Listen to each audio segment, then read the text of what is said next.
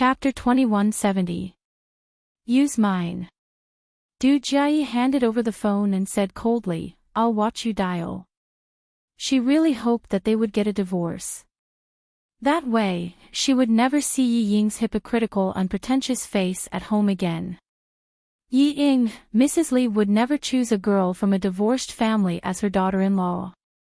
Yi Ying, who had been in a passive position, could only take the phone and dial Sun Dongqing's number with trembling hands. However, it was not Sun Dongqing's current number, but her old number, which was turned off when she could not get through. She was crying, but her brain was working fast. Find an excuse that the divorce was caused by her father's mistake. Find an excuse that her mother made a mistake. No, this excuse would only make his parents look ugly. Broken up. This excuse would work.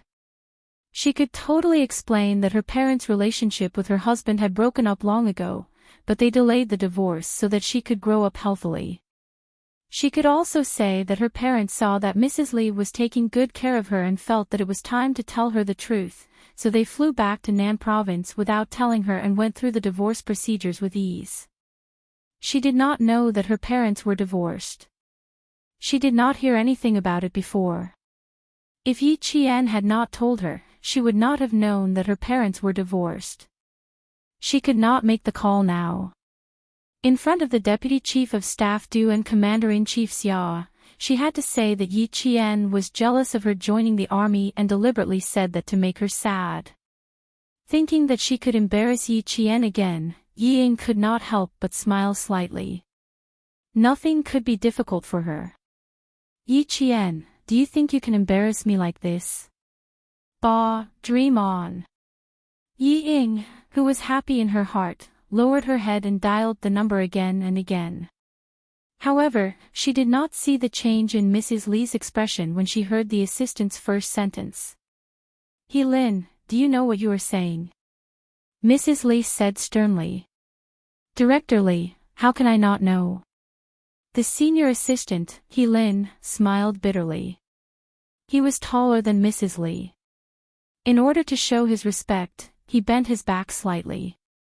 "I've seen the content. Miss Ye's private life is very messy. As a middle-aged man, I am embarrassed to say the pictures in it.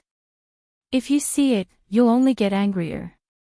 Madame Li never thought that Yi Ying, whom she had picked out of thousands of people and praised every time she met, turned out to be such a person. She didn't believe it, but He Lin was loyal to her and had worked for her for 16 years.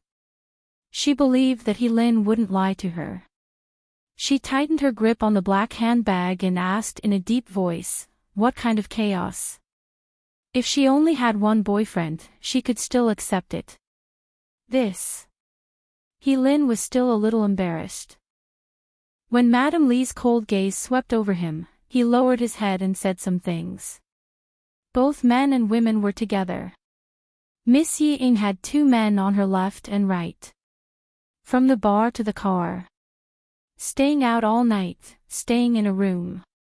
There were also many used condoms on the ground.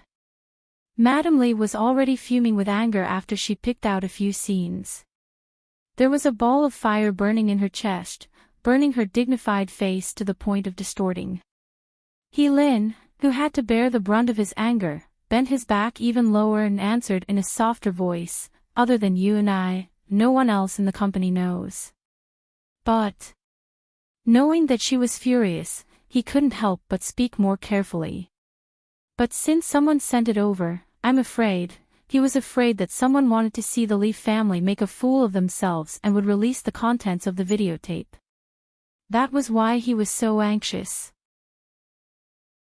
Chapter 2171. Madame Li understood his unfinished words. She was so angry that her breathing became rough and rapid. Good. She didn't expect that she, Li Qinglan, would be tricked by a bitch. "Do a few things for me now. First, find out who sent it. Second, Madame Li, who cared about her reputation, would not let herself be passive. The most important thing now was to deal with the matter that might affect her reputation. Madame Li was very angry. Yi Qian, who was looking at her out of the corner of his eye, calmly withdrew his gaze. The company's assistant did appear just in time. Yi Qian saw the small thing wrapped in newspaper in his hand, and noticed that the assistant glanced at Yi Qian twice when he was talking to Madame Li. Yi Qian, who had vaguely guessed something, slightly raised the corner of his mouth. It seemed that the assistant hurriedly came to find Madame Li because of the small thing wrapped in newspaper.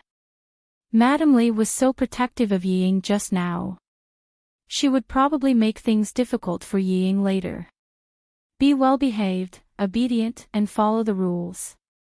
It turned out that Yi Ying in her previous life had relied on her superb performance to catch Madame Li's eye and marry into the Du family. In this life, she was afraid that she would disappoint her. Yi Ying, let's settle the grudge between us for 2 lifetimes today. Yi Jian's eyes flashed with a hint of viciousness. Even the smile at the corner of his mouth was faintly cold. She had to ask Commander-in-Chief Xia to leave first. Commander-in-Chief Xia's identity was a personal matter, so it was not suitable for him to stay. She didn't want to implicate him and cause the Deputy Chief of Staff Du, who was already at odds with the family Xia, to ridicule Commander-in-Chief Xia. And Yi Ying, if she lost all her rationality, she would dare to say anything as if she had grown guts all over her body. Just now when she walked up to Commander-in-Chief Xia, Yi Ying's secretly hateful gaze seemed to be vaguely accusing Yi Qian of taking advantage of the situation to bully her. She didn't want to hear similar words because of her personal affairs and implicate Commander-in-Chief Xia. In his previous life, Yi Qian was used to being cautious. But in this life, he still took 1 step and thought 3 steps ahead. He would first think of all the possible scenarios that might happen, and then make plans in advance. She didn't want to implicate Commander-in-Chief Xia because of her personal affairs, so she planned to persuade Commander-in-Chief Xia to leave first. No matter how she persuaded him, she had to think of a way. Yi Qian saw Madame Li stop a few meters away. Yi Qian looked at the Commander-in-Chief who had a serious expression and was standing in the cold wind and said, "Commander-in-Chief, Yi Ying came to pick on me. I have to make her unhappy too. You can go back to the car first. I want to deal with some personal matters first. I'll deal with the rest later." Commander-in-Chief Xia was waiting for Yi Qian to explain to him. He was a little surprised that Yi Qian suddenly mentioned Yi Zhifan and his wife's divorce. It was a little inappropriate. Now that he had heard her explanation, especially when he saw her take a look at old Du's wife and tell him that she had to deal with her personal matters first before coming back to deal with other matters later, he understood what Yi Jian meant after giving it some thought. Dealing with her personal matters first was something that could only be done in front of Madame Li. It was indeed inconvenient for him to stay behind to deal with her personal matters. Moreover, this recruit was crying and making a fuss. If he stayed behind, he would only listen to some nonsense. But if he were to leave, he would definitely take old Du with him. Commander-in-Chief Xia then said to Deputy Chief of Staff Du, "Old Du, let's go back to the car first. They have to deal with their personal matters. It's not convenient for us to stand aside with our identities. We'll bring the recruit and Yi Qian back to the military after we've dealt with our personal matters." Your wife is right. Since the 2 of them are here, we can talk about it clearly in person and investigate thoroughly. Whoever is in the wrong must be punished. Chapter 2172. The Deputy Chief of Staff Du looked at his wife's back and felt that she could not hide her anger after hearing Assistant He Lin's words. He said without hesitation, "Okay. Also, the leaders of the military academy are here. Call them all to the military headquarters. Get the files of the military academy students and recruit Yi Ying's files. We'll decide the severity of the punishment based on the severity of the mistake." He then instructed Du Jie, "You stay with your mother. Don't get involved in personal matters. Do you hear me? I know even if you don't tell me. Don't worry. Du Jia nodded with a serious expression. I'll stay with Ying first. I'll go home with my mother later. She didn't want to go home now even if they asked her to. Okay. The deputy chief of staff Du nodded and left a guard behind just like Commander-in-Chief Xia did. He then walked towards the garage. Du Jia sighed as she watched her father leave. Sigh, what a pity. If Ying had made the call just now, it would have been more exciting. Too bad she didn't. Although she wanted her father to stay with Commander-in-Chief Xia so that she could see Ying and Yi Qian's true colors, she swallowed the words that were about to come out of her mouth. She was already being aggressive just now. It wouldn't be appropriate for her to interrupt. Moreover, the two of them had to go back to the military headquarters later. They would definitely quarrel again. The more they quarreled, the worse their impression of them would be. She decided not to join in the fun. Although it was a pity that she couldn't go to the military headquarters to watch them quarrel, it would be interesting if the two sisters quarreled in front of her. After the two big shots left, Du Jia began to sow discord. She gently tugged at the corner of Yi Ying's shirt and said worriedly, "It'll be troublesome if your parents really get a divorce. My mother won't choose a girl from a divorced family to marry into the Du family. Ying, are uncle and auntie really getting a divorce? How did Yi Qian find out? Did Yi Qian say it on purpose because he saw that my mother likes you? Would Mrs. Li choose a girl from a divorced family as her daughter-in-law?" Ying, who had waited for the two leaders to leave with great difficulty, felt as if she had been struck by lightning when she heard the news. She was dumbfounded. After a while, Ying came back to her senses and replied in horror. "I really didn't know that my parents were divorced.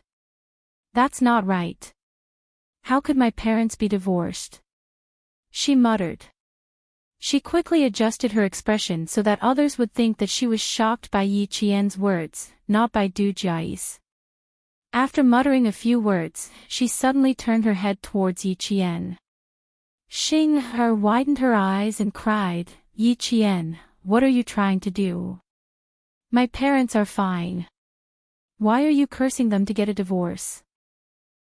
"God, luckily I didn't call my mother's other number just now. The god of luck is standing by my side again. Ying, don't cry. Let's talk nicely." Du Jia saw that the two people she disliked had finally met. She smiled in her heart and held Yi Ying's arm. She frowned and comforted her. "How could Yi Qian know something that you don't even know? She must be lying. Don't be fooled." As she spoke, Du Jia secretly cast a contemptuous look at Yi Qian. Her elder sister was like this, and her younger sister was also like this. There really wasn't anyone in the Yi family who was worthy of being seen in public. With an idea in mind, and seeing that Du Jia was on her side, Ying was suddenly emboldened. "Yi Qian, you're too much. How could my parents get a divorce? You can't stop me from joining the army, so you're starting to play other tricks. Yi Qian, you're also a soldier. Don't do things that we all look down on." Chapter 2173. Don't think that you're so great just because you're in Beijing. Don't even think about defeating me. I, Ying, won't be defeated so easily. Ying said a lot of things that she thought would scare Yi Qian. However, Du Jia, who had been waiting for a good show, was disappointed. She thought that she would say something fierce, but in the end, all she said were words without any skill. What can't stop her from joining the army? Isn't that nonsense? How can Yi Qian stop her from joining the army? Do something that people look down on. Is saying that your parents are divorced something that people look down on? Play other tricks. Oh my god, Ying, no wonder you can't win against Yi Qian. You can't even take down a 3-year-old child with your words. Why didn't she think about why Yi Qian suddenly brought up her parents' divorce? Why did Yi Qian suddenly bring up Yi Zhifan and his wife's divorce? Of course, Yi Qian had something to do with it. She wanted to expose Yi Ying's stupidity in front of Madame Li so that Madame Li could see clearly what kind of person her well-behaved, obedient, and gentle daughter-in-law was. It couldn't be helped. She couldn't meet Madame Li often. Now that they met, they could talk about private matters first and talk about official matters later. Luckily, the commander-in-chief understood her intentions immediately. When he left, he took the deputy chief of staff Du with him. Yi Ying wanted to ask the two chiefs to leave first. She also had the same thought. Commander-in-Chief Xia got into the car and called Xia Jinyuan. I'm going back to the military academy now. Your wife is still at Renmin South Road. Let's settle her personal matters first before bringing her back to the military to settle other matters. I only left one guard with her. Hurry over there as soon as possible, in case your wife gets bullied and her boyfriend isn't there yet. Yi Qian was very calm when dealing with matters and had a certain level of order. All he had to do was cooperate with him. However, old Du's wife was not someone to be trifled with. She was a little worried about leaving Yi Qian alone to face him. Xia Jinyuan did not drive the car himself. Instead, the guard in charge of guarding him drove the car. He looked ahead with a cold gaze and said calmly, about 10 more minutes. Drive safely.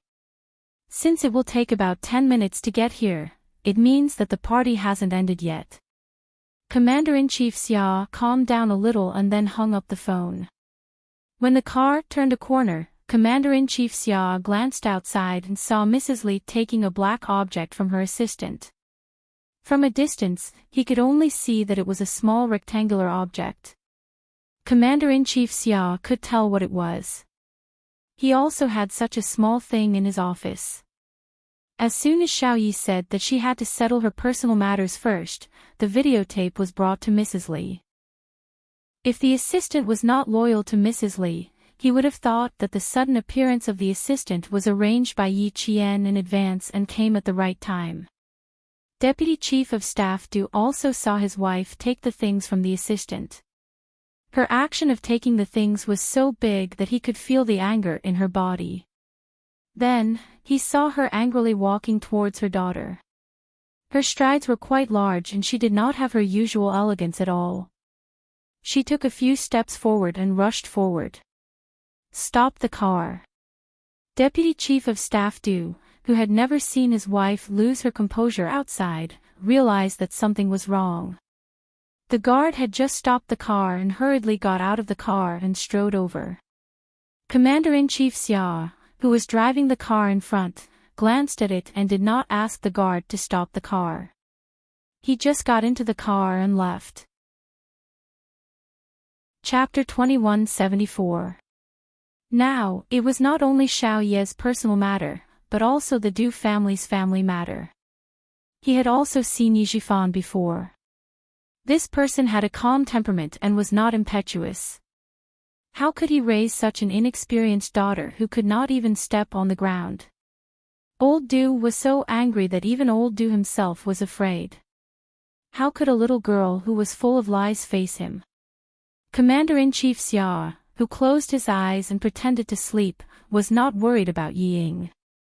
He had wanted to return her to her original place of birth. Who knew that in order to please old Du's wife, she would not hesitate to step on others' shoulders to help herself? This kind of person was not worthy of sympathy. Today, she had walked the path herself. What kind of ending would be caused by herself? Adults should be responsible for their own actions. The car quickly drove away from Renmin South Road. Night had fallen, and the street lights were instantly lit up, embellishing the already dark sky. Madame Li's face was not lit up by the street lights. Instead, her face looked gloomy in the yellow light, and her eyes reflected the light as sharp as arrows. Good. Good. Good. She, who prided herself on knowing people's true colors, was actually fooled by a 20-year-old bitch. She even asked her to introduce her everywhere and praised her for being well-behaved and well-behaved. In the end, she was deceived by a bitch. Madame Li, whose face was full of anger, walked straight towards Yi Ying. Her eyes were only fixed on Yi Ying's sweet and beautiful face. She was deceived by this gentle face. Good. Good. Good. Very good. She, Li Qinglan, had lived for decades and had never been deceived. In her old age, she was actually deceived by a bitch. Very good. Seeing that she was usually gentle, she treated her like a fool and deceived her. Today, she would make her regret being a human in this life. Li. Madame Li, what's wrong with you? Yi Ying, who was stared at by her, swallowed her saliva in fear. She stammered and stepped back. Madame Li was too scary. Her eyes were too scary, like an arrow that could nail her to death and fix her, full of sharpness that made her afraid. Du Jiayi was shocked. It was the first time she had seen her mother so angry. Mom. Just as she opened her mouth, Madame Li walked past her and stopped in front of Yi Ying. She stared at Yi Ying and asked calmly, Yi Ying, tell me about Yi Jian. He wanted to see how she was going to deceive him this time. At this time, Du Jiayi, who knew very well who Mrs. Li was angry about, had a happy look on her face. She adjusted herself in an instant and encouraged Yi Ying softly.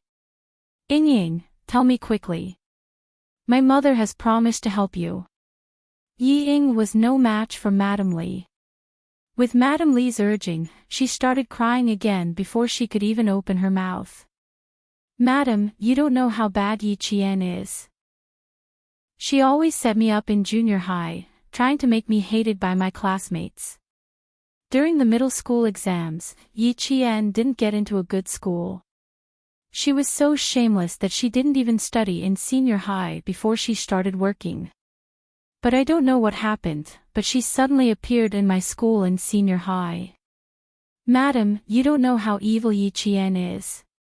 In order to drive me out of the provincial No. 1 middle school, no matter what I did, she would come out to make trouble. In the end, she pretended to be pitiful and framed me. My father is a government official, and he pitied her for not having parents. He asked me to swallow my anger and help her. Madam, I've tolerated it. I've tolerated it all. But in the end, she still won't let me go. Madam, I can't take it anymore. I really can't take it anymore. Chapter 2175. She said a lot of lies. Without Commander-in-Chief Xiao around, Yi Qian's backer had left. Yi Ying was able to speak more quickly. Madame Li's eyes flashed with coldness when she heard this. Instead of getting angry, she laughed. You think she's inferior to you in every aspect, so she set you up, caused you to embarrass yourself in military training, and caused you to fail the college entrance exam? Yes, madam. It's because my grades have always been better than hers, and the teacher has always taken care of me, so she's always been jealous of me and set me up. Yi Ying answered without hesitation. At this moment, Madame Li was so angry that the volcano in her heart was about to break through the calmness on the surface. Very good, she could still pretend to be pitiful and obedient to deceive her. However, Yi Ying, who was eager for quick success, thought that Madame Li was angry because her words had worked. She was angry, she was angry. She wanted to come out and teach Yi Qian a lesson for her. She glanced quickly and provocatively at Yi Qian, who was silent at this moment, with a victorious smile in her eyes. Yi Qian thought to himself, without Yi Zhifan by her side, Yi Ying's IQ is unbelievably low. She actually thinks that the current situation is advantageous to her. Yi Ying, where did your insufferably arrogant confidence come from?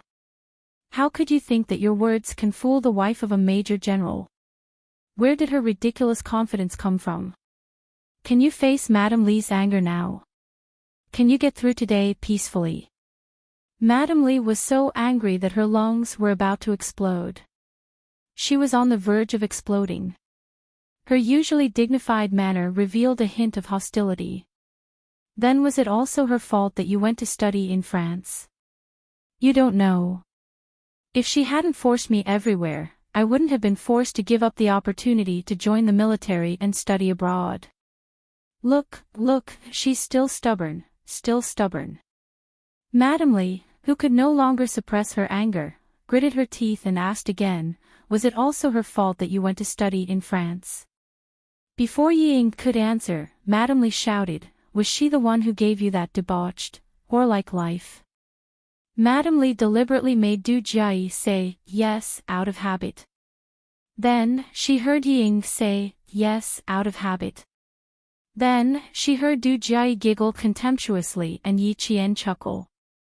Her eyes widened as she answered too quickly. What did Madame Li just say? What did he hastily reply to? She replied with a, yes. Living like a bitch. How could she? Ying was shocked. She quickly tried to salvage the situation.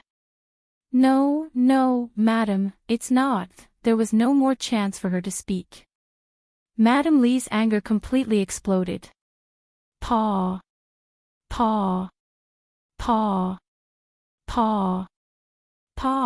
It was not just one slap.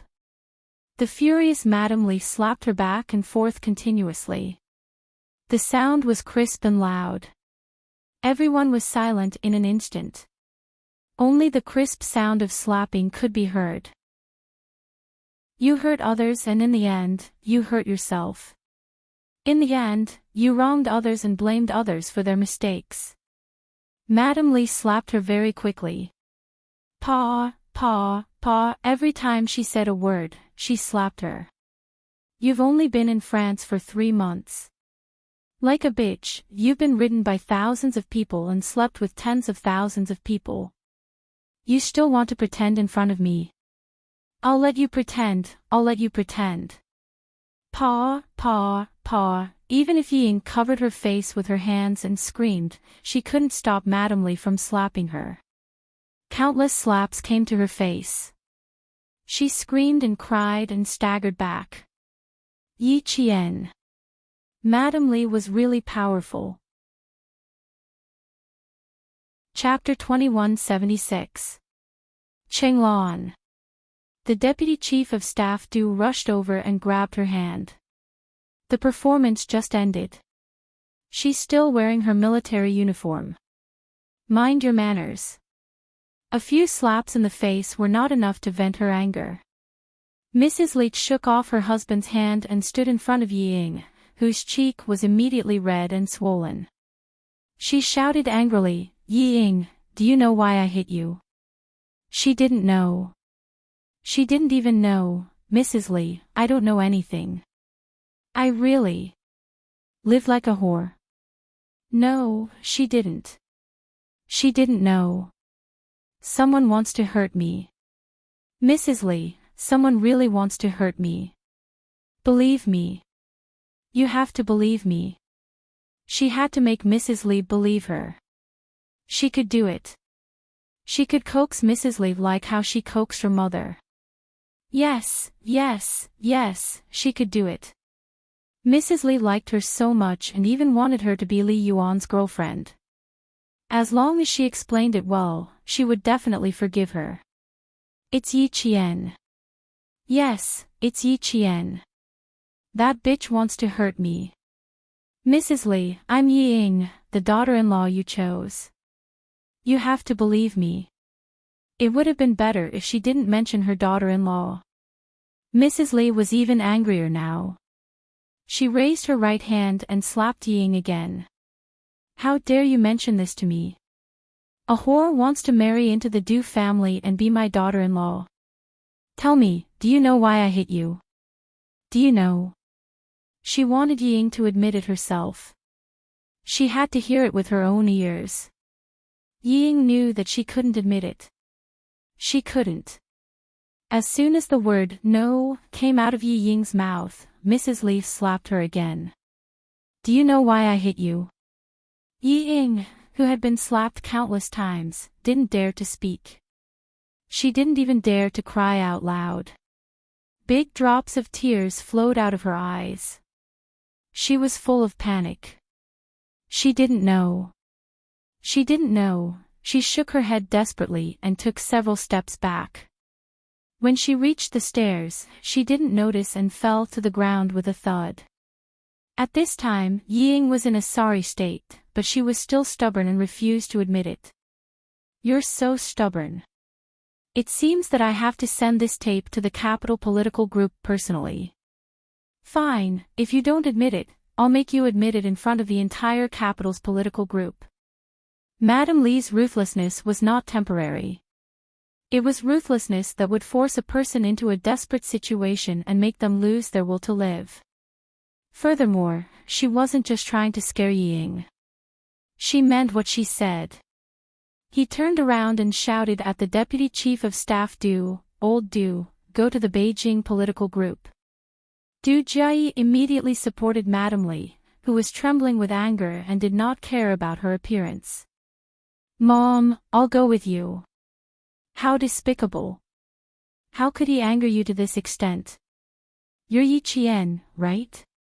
She's wrongly accusing a military academy student like you. Come with me to the Beijing political group. Madam Li did not forget to bring Yi Qian along, nor did she give Yi Qian a chance to refuse.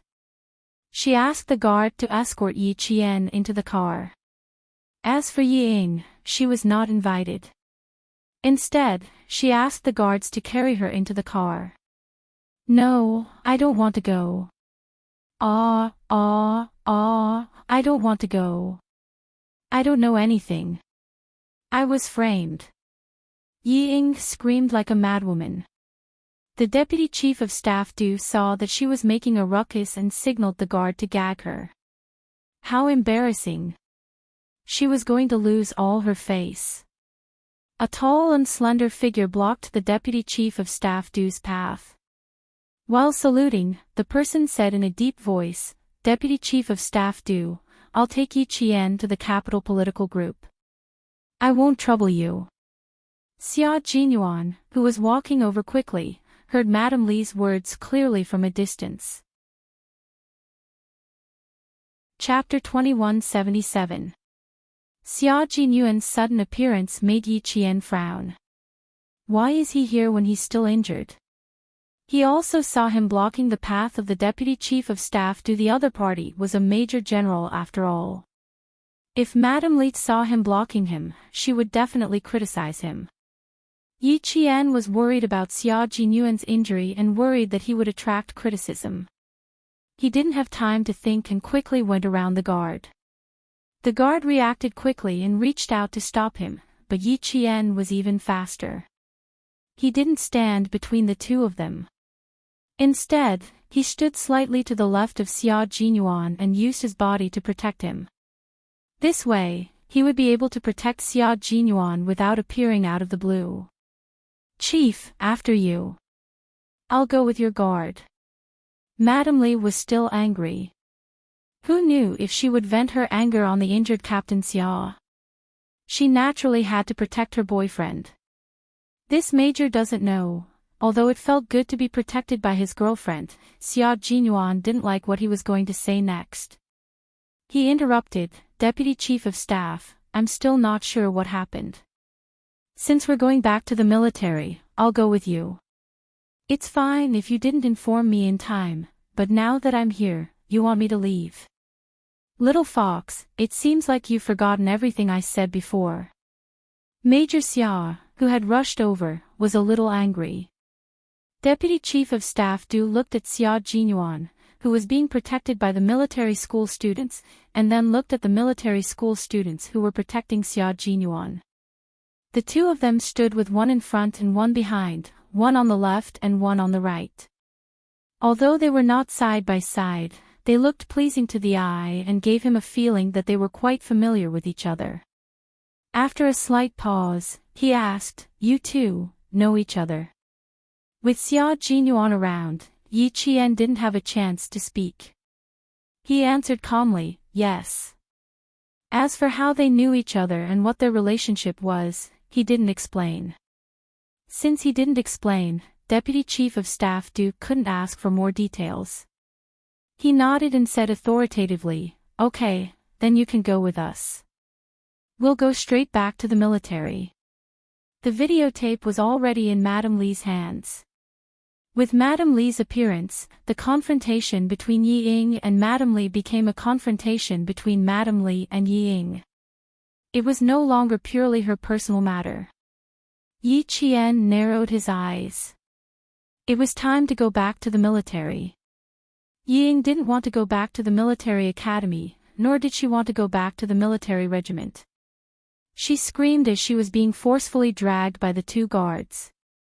"Let me go! Let me go!" There was no way for her to struggle with the suspension on her hands, so Yi Ying stomped her feet and struggled. At this moment, she had the shadow of Sun Dongqing's usual unreasonable behavior. She did not have the slightest bit of a dignified and refined temperament. She was just like a shrew. Li Furen was so angry that her liver hurt. "Block her mouth for me. Hurry." "No, Madame Li, please listen to my explanation. I'm not lying to you. I really..." "Ugh. Ugh." Yi Ying, who had opened her mouth wide to cry out for injustice, was unable to speak. Du Jiayi had stuffed a pair of white gloves into her mouth. Du Jiayi furrowed her brows in disdain as she stuffed the gloves she had put on earlier into Yi Ying's mouth. "Don't make a fool of yourself. Just take her to the car." Yi Ying hated her to the core. She glared at her fiercely and kept making noises. "Du Jiayi. Du Jiayi. You'll die a horrible death. You'll die a horrible death." The moment Du Jiayi stuffed her mouth, Yi Ying understood how vicious Du Jiayi was. Chapter 2178. From the very beginning, she was not helping her. From the very beginning, she was colluding with Yi Qian to harm her. She and Yi Qian clearly knew each other, but pretended not to know each other. So cruel, so cruel. All of them wanted to harm her, all of them wanted to harm her. Who sent the videotape? Was it Du Jiayi? Was it her? It was her, it had to be her. Only she had the ability. France was so far away, Yi Qian could not have reached there. Only that bitch Du Jiayi had the ability to get it. With her mouth gagged and her tongue blocked, Yi Ying could not say anything to vent her anger. All she could say was a string of muffled sounds. Du Jiayi, who was being glared at, curled her lips into a contemptuous sneer. In the blink of an eye, she adjusted her smile and took out a small handkerchief from her pocket to gently wipe away the tears on Yi Ying's face. She said worriedly, "Ying, don't make a fuss now. If you continue, my mother will only get angrier. You said you were framed. Let's talk about it later. What's there to be angry about? Being angry will only make things worse. Do you understand? My father said to go back to the military academy first, not to the Beijing political group.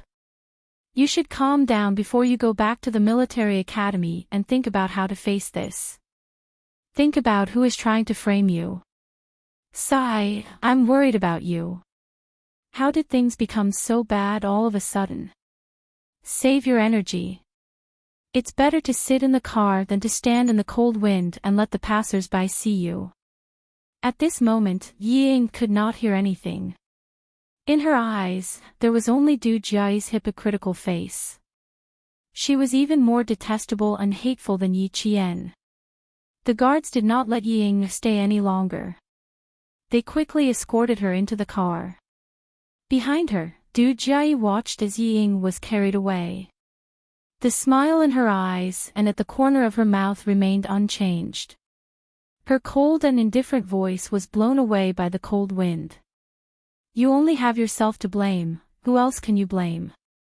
Yi-ing, open your eyes wide and see if the daughter of a small bureau chief like you can climb into our Du family's prestigious family. After he finished speaking, his gaze fell on the two figures standing face to face with the deputy chief of staff Du. She knew Yi Qian, but she didn't know the man standing beside her. Du Jiayi wanted to go closer to see who it was, but the deputy chief of staff Du had already asked two people to take Commander-in-Chief Xiao's guards away. She had no time to see clearly, so she had to help the angry Mrs. Li into the car first. I finally managed to get the Commander-in-Chief to leave. Why are you here again? Yi Qian, who was sitting in the back of the car, said coldly, I told you to rest well. Why didn't you take it to heart? Why did the guards who were guarding you let you do whatever you wanted? Compared to his current situation, Yi Qian was more worried about Xia Jinyuan's health. Xia Jinyuan was the opposite. He was more worried about whether Yi Jian would be at a disadvantage. His handsome face was a little gloomy. He held Yi Jian's right hand and looked straight ahead.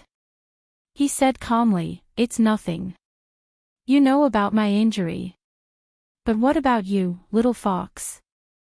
Have you ever thought of telling me anything? If Dad didn't call me, little fox, I would still be lying in bed like a fool waiting for you to come over. As for what happened outside, if you don't tell me, I won't know anything. I'm a little angry now. Are you sure you want to continue? Yi Qian was dumbfounded. When she saw him angry during training, she could still face it calmly.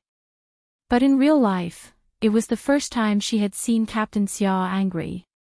What should she do now? Chapter 2179.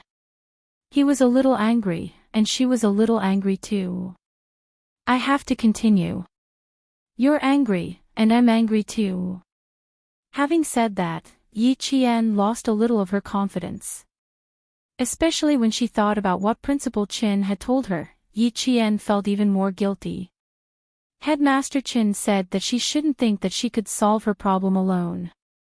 She shouldn't keep it to herself and not tell Captain Xia. He didn't want trouble, but based on their relationship, wasn't this a form of alienation towards each other? Realizing the root of the problem, Yi Qian thought about it and explained softly, It's not that I didn't want to tell you, it's just that I didn't have time to. The Commander-in-Chief and I planned to come to the hospital after the performance, but we didn't expect to meet Yi-ing and then Mrs. Li. The situation was a little chaotic at the time. Seeing that Mrs. Li was there, I wanted to cut off the relationship between Yi-ing and the Du family, and asked the Commander-in-Chief to return to the military academy first. I just wanted to clean up my personal affairs with Yi-ing. I really didn't mean anything else, and I never intended to hide it from you. It was just that she was used to dealing with it alone and shouldering it alone. Yi Qian didn't say this out loud. Is it okay to only think about yourself every time you deal with something? Xia Jinyuan turned to look at her. When he saw the caution in Yi Qian's eyes, his heart suddenly ached. At the same time, a nameless fire rose in him, and he almost couldn't suppress it. Did he need her to be so careful? He held her hand a little too tightly. Suppressing the nameless fire, he stared at Yi Qian and asked her, Little fox, what kind of place am I in your heart? I'm just a little emotional right now. Do you need to be so careful? I'm even angrier than before. Yi Qian felt a lump in his chest. His heart ached. He blinked lightly and said, I'm really afraid that you'll be angry. I'm afraid that I didn't do well, that I did something wrong, that something went wrong. Don't be angry, okay?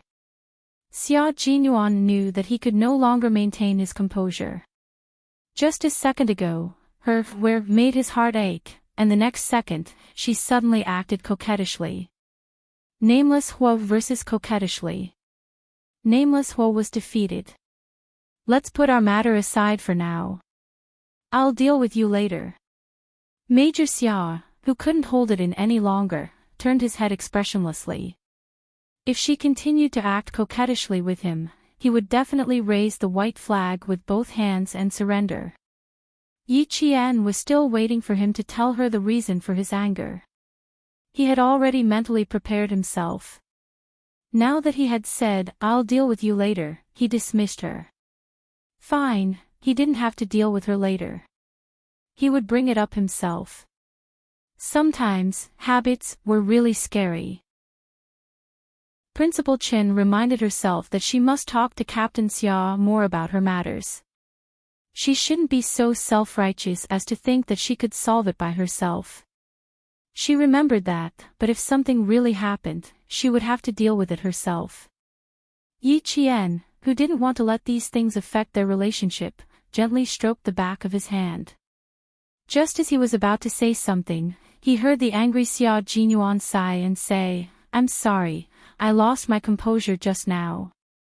You saw the wife of the deputy chief of staff do just now. She's quite a powerful person. Her methods, character, and way of doing things are all first class.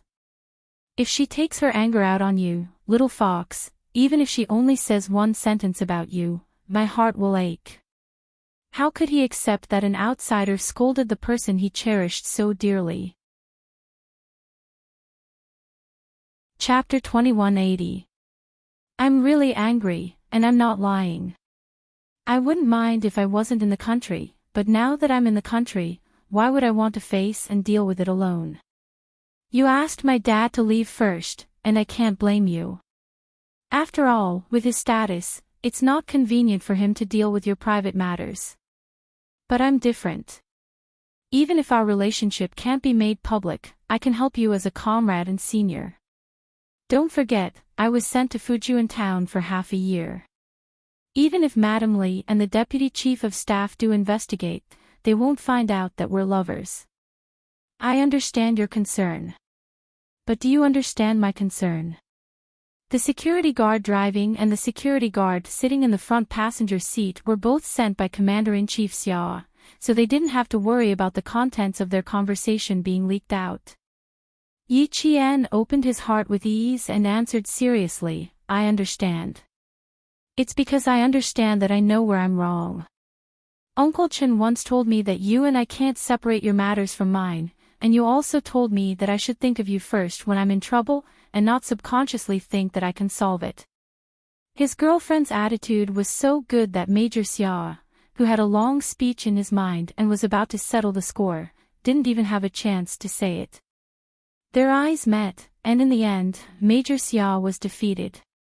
He sighed helplessly and raised his hand to pinch her cheek affectionately.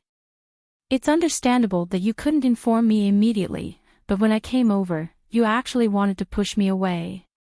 Little fox, I was already angry at that time. Seeing that you're good at admitting your mistakes and also know where you're wrong, I'll forgive you for now, but there won't be a next time."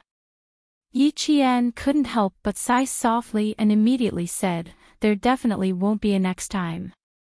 In the future, as long as I can contact you, I'll tell you everything about me, so you don't have to worry." The two of them were too far apart, and he was often out of the country, so he couldn't contact her all the time. He really wanted to know how the person he loved was doing, and he also wanted the person he loved to take the initiative to tell him instead of asking him to find out through other means. If she wanted to know how the person she loved was doing, she would have to find out through other means. Xia Jinyuan held her hands in his palms, gazed at her affectionately, and said solemnly, "We can have a certain amount of privacy between us, but we can't divulge the secrets of our jobs. Also, we must tell each other about the difficulties we face in life. You and I can't be too distant. This will make me feel insecure and uneasy." He, too, would be worried about his lover, and would be uneasy about what she had done. After telling her the reason for his anger, the two of them communicated with each other. When they arrived at the military headquarters, both of them had smiles on their faces, and there was a faint sweetness flowing through them. When they opened the door and got out of the car, the two of them, who had been flirting with each other just a moment ago, suddenly had cold and sharp gazes. Their military aura was so intimidating that Du Jiayi, who was supporting Madame Li, was shocked. So he was Xia Jinyuan, Aunt Zhao's son. In the past, Xia Jinyuan was a typical dandy in the capital. He was so arrogant that no one dared to provoke him, and he was a proper prince who could do whatever he wanted. After not seeing him for more than 10 years, she didn't expect him to have changed so much that she couldn't recognize him. He was no longer as arrogant as he used to be, and even his temperament had changed greatly. He was as sharp as a sword, and people couldn't help but feel a chill. Chapter 2181. Ever since Xia Jinyuan changed overnight, he had basically disappeared from the capital. Even the aristocratic families who were close to the family Xia rarely knew about him, let alone the Li family. Du Jiayi was shocked by Xia Jinyuan's great change, and Mrs. Li was also quite surprised. She had seen Xia Jinyuan before the new year, but he was not wearing a military uniform. He was tall and had a temperament, but she did not see him clearly because the light in the courtyard was not very bright at that time. Now that she saw him again, she felt that he was a different person. "Mom, is he really Xia Jinyuan? Aunt Zhao's son? Isn't he the other son of the commander-in-chief?" Du Jiayi still could not believe it. She frowned and looked carefully for a while, then shook her head in disbelief.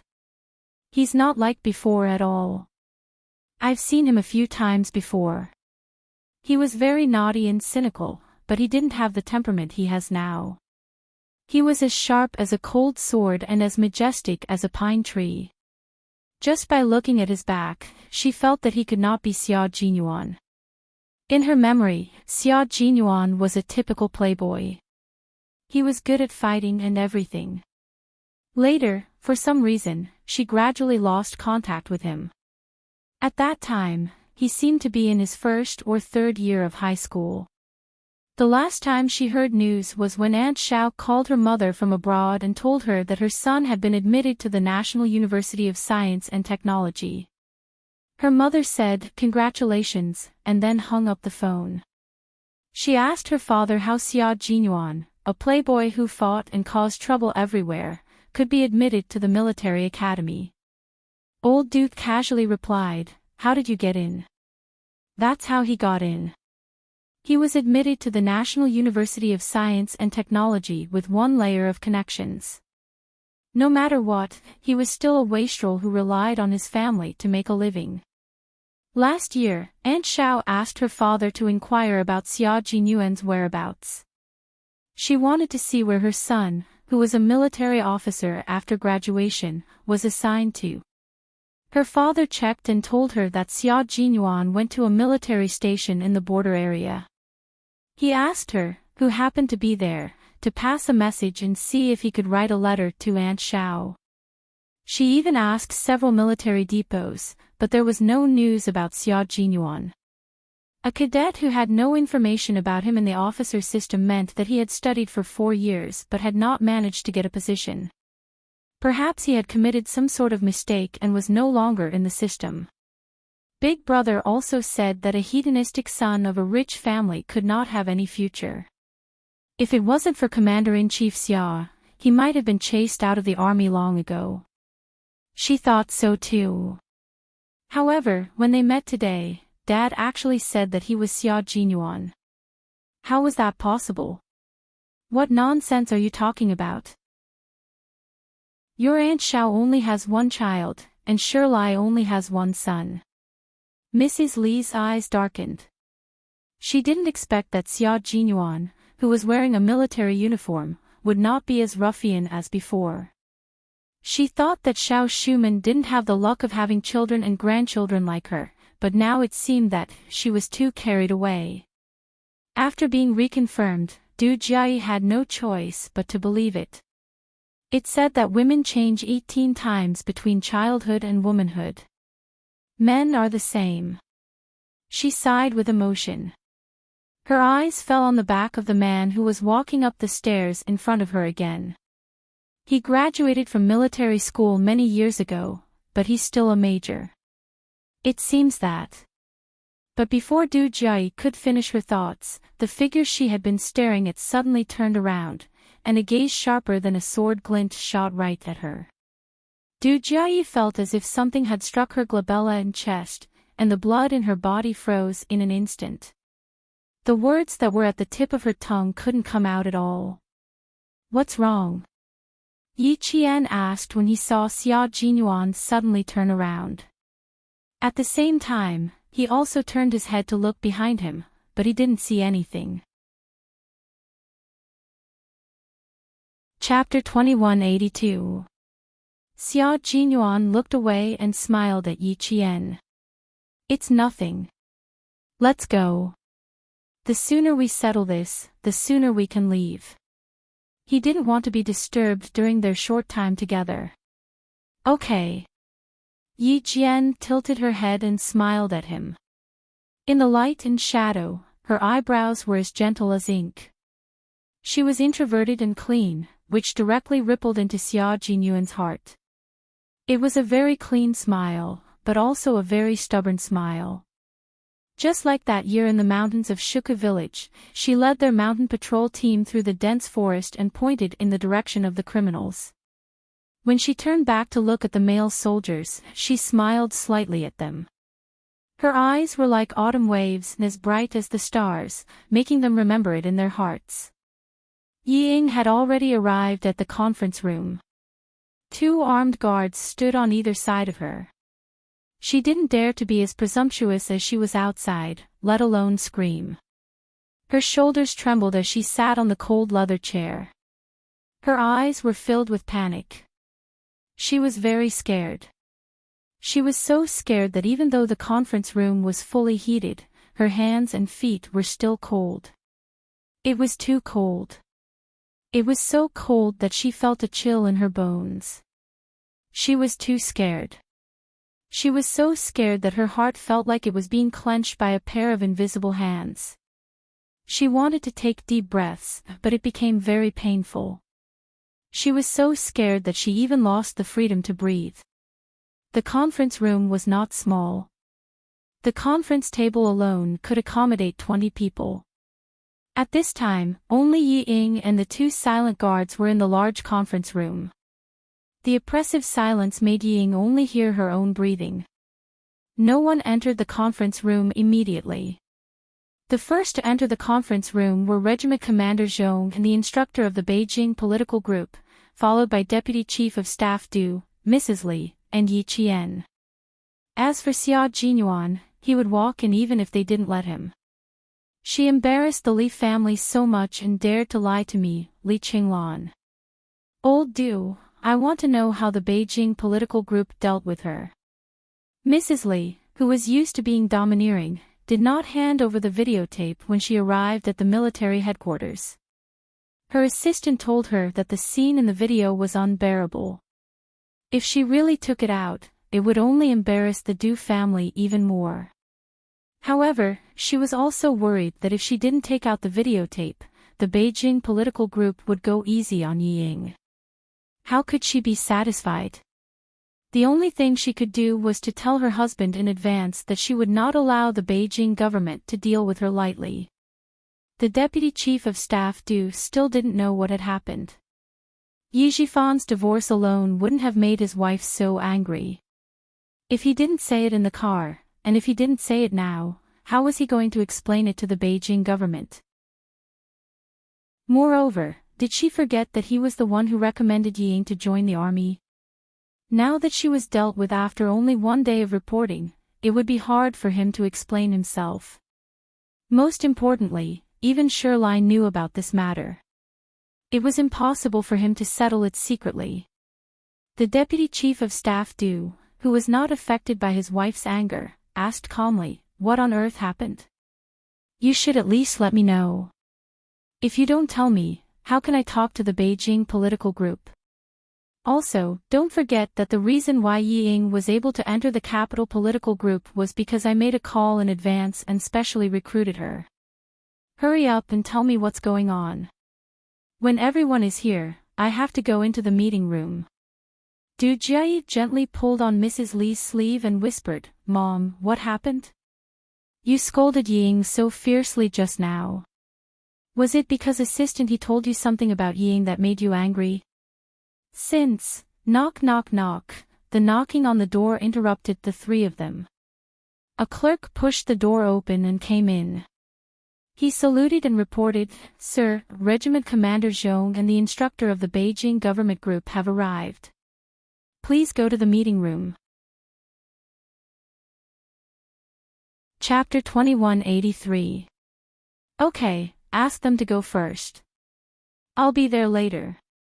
The Deputy Chief of Staff Du nodded and took a pen and a notebook from his desk.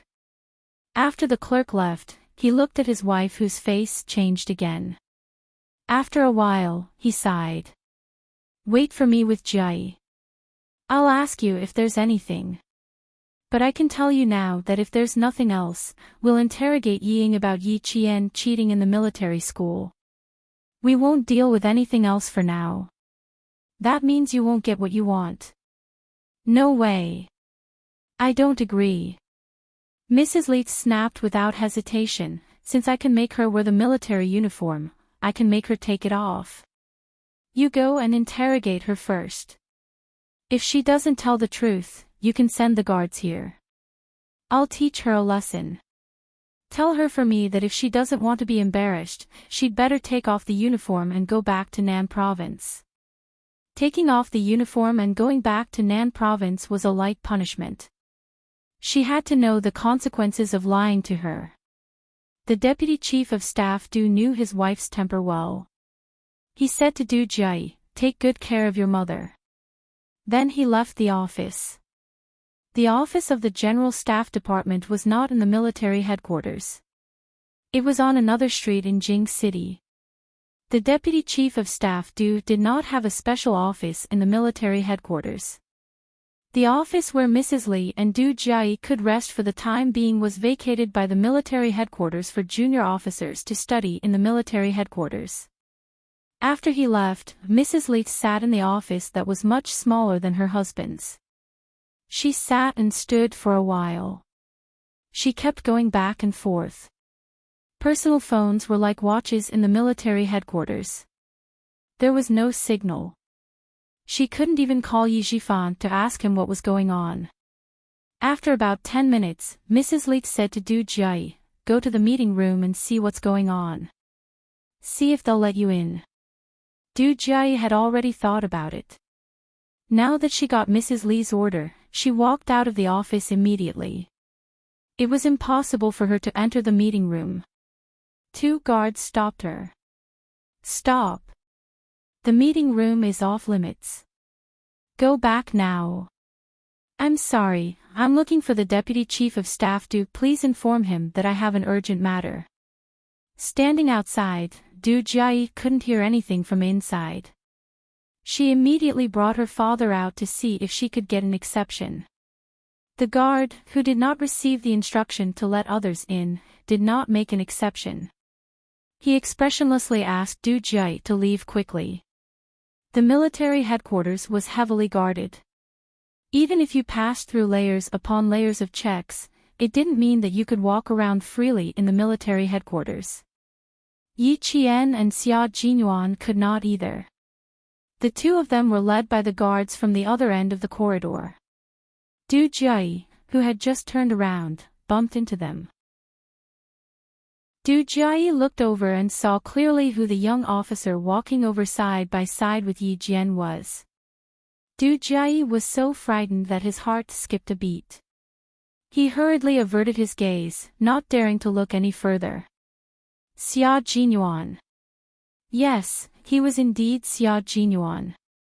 When he glanced at Xia Jinyuan just now, he seemed to have lost his life. He had changed a lot. If it weren't for the familiar face and her mother's reminder, she wouldn't have recognized him. He had a sharp gaze, a handsome face, and a majestic military aura.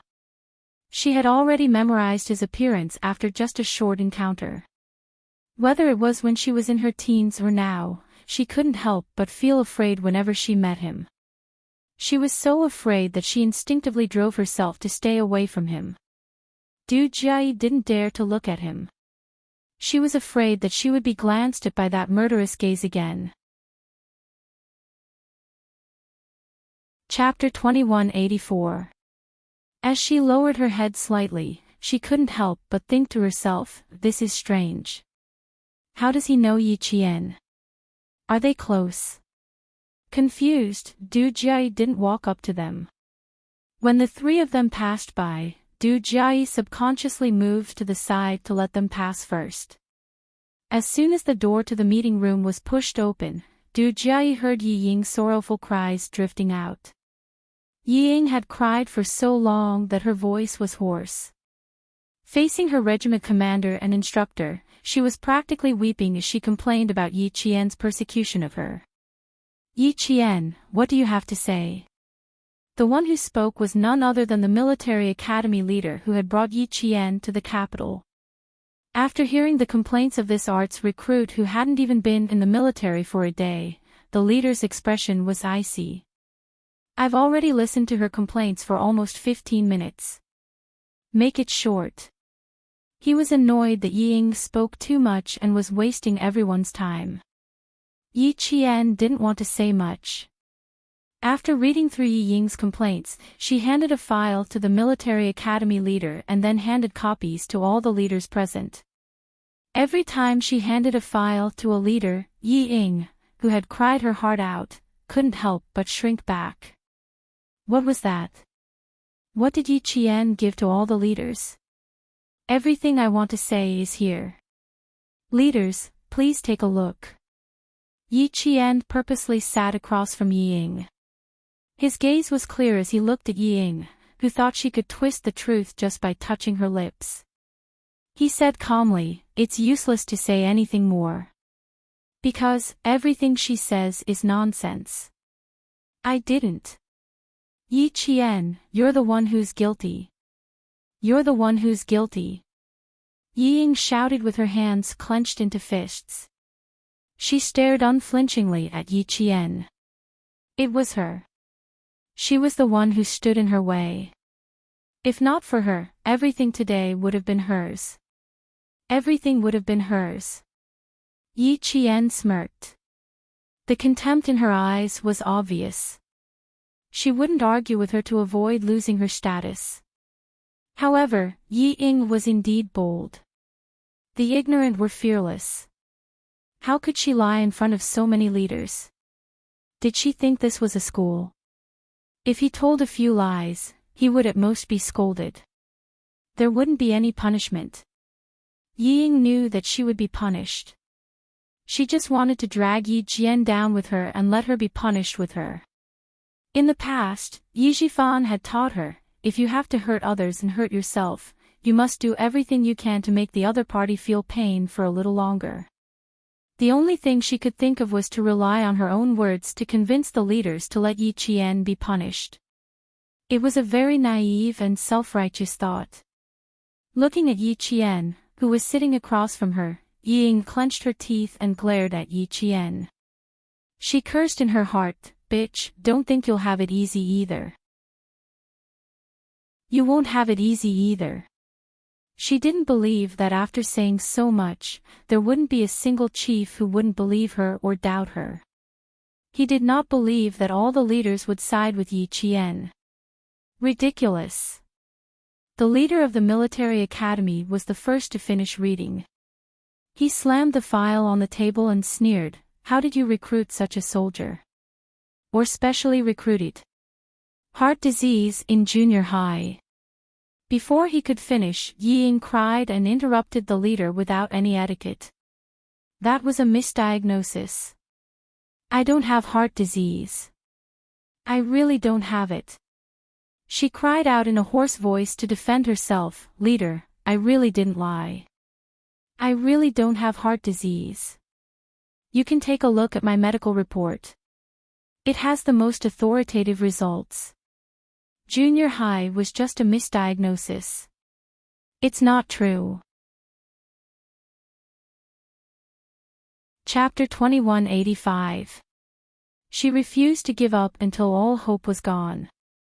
She refused to shed tears until she saw the coffin.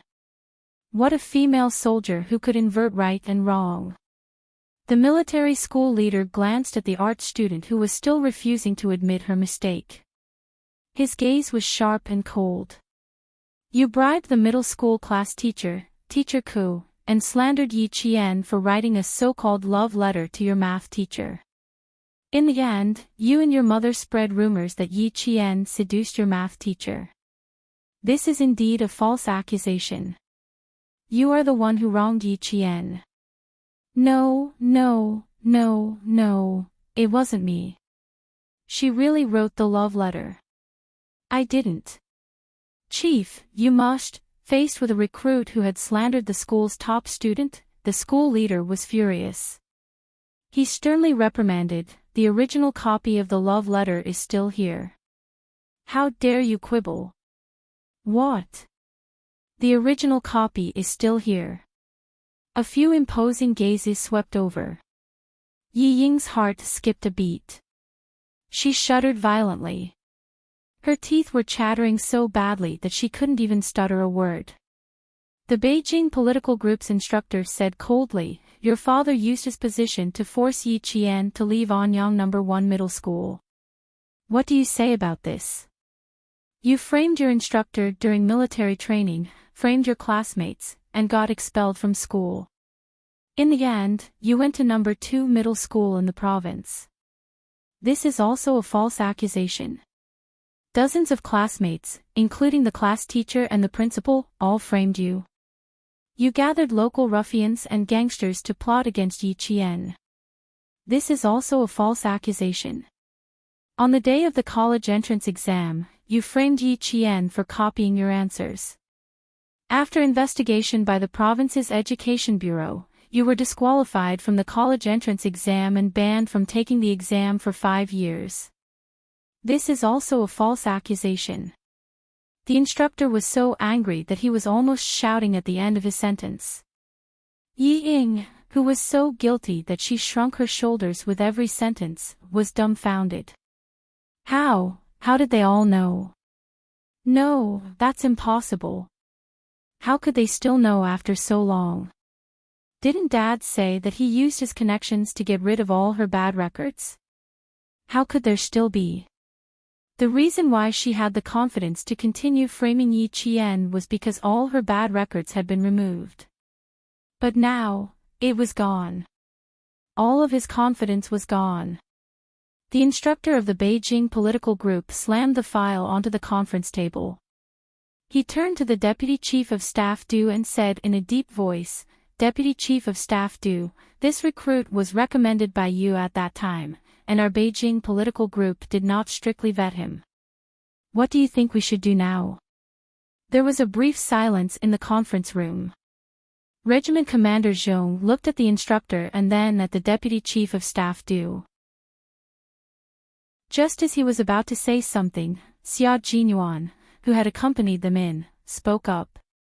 He calmly accepted the gaze and said, I'll tell you 2 things that happened when I was at the scene. The first incident was when Yi Qian was preparing for the Overseas Olympic Games on behalf of the school. Yi Ying, who was with him, intentionally knocked over the waiter who was serving hot soup. She wanted to hurt Yi Qian with the hot soup. The second incident was that after the hot soup incident, she pretended to be missing and tried to frame Yi Qian. She wanted the police to rush over and stall for time so that Yi Qian couldn't board the plane and participate in the overseas competition. One incident after another happened. Yi Ying, who had lost all her confidence after the college entrance exam incident, panicked. She was completely panicking. No, I didn't. No, it wasn't me, no, you didn't. Our unit is ashamed to have a recruit like you. The door of the conference room seemed to have been kicked open by someone. It opened with a bang, and the door shook. Commander-in-Chief Xia walked over with a videotape in his hand. How did a recruit like this pass the background check? What is the Beijing political group doing? Do you know what this is? Deputy Chief of Staff Do, your wife gave this to me. I haven't seen it yet, but according to your wife, this is a dirty videotape. She's the main character in it. Chapter 2186. Videotape. Videotape. Ying was scared out of her wits. Videotape. No. No, she couldn't watch it. How could it be? She tore the videotape. How could there still be a videotape? It couldn't be, it couldn't be. This videotape was received by the front desk of my company today. I just found out about it too. After that, Madame Li appeared in the meeting room. She was wearing a coat and looked out of place in the meeting room. However, she had a strong aura. She sat down calmly and said, "Everyone, this matter has nothing to do with Old Do. It's my fault for not letting Old Do investigate carefully and recommending her to the capital political group. Ying is indeed talented. She's good at music, chess, calligraphy, and painting. When I met her, I knew that she wanted to be an art soldier. It just so happened that," Mrs. Li smiled bitterly. She told everyone how she liked Ying and how she recommended her into the Beijing government regiment. It's my fault. I brought shame to the army. I knew that she had to deal with it. I had to tell the truth even if I had to. If you don't believe me, you can watch the videotape now. You'll know that I'm telling the truth. Yesterday was my daughter's birthday. I really liked Ying. I even brought her around to meet my friends. I praised her for being sensible and obedient. Who knew that I would be slapped in the face today? It's all my fault. I've brought shame to the army." Mrs. Li stood up and bowed. She took all the blame for the incident on herself. Instead of putting her husband in a difficult position and leaving Xia Xinhui with something to use against her, she might as well put herself in a difficult position. Mrs. Li saw that her daughter couldn't enter the meeting room. She immediately went to Commander-in-Chief Xia and handed over the videotape. Yi Ying's last hope was completely destroyed. Everything needed evidence. They needed to know what was in the videotape. Ying felt like she had fallen into an ice cave. She watched as the guard pushed the videotape into the machine. After the image flashed, Ying was so shocked that her eyes kept rolling back. Her psychological endurance was at its limit.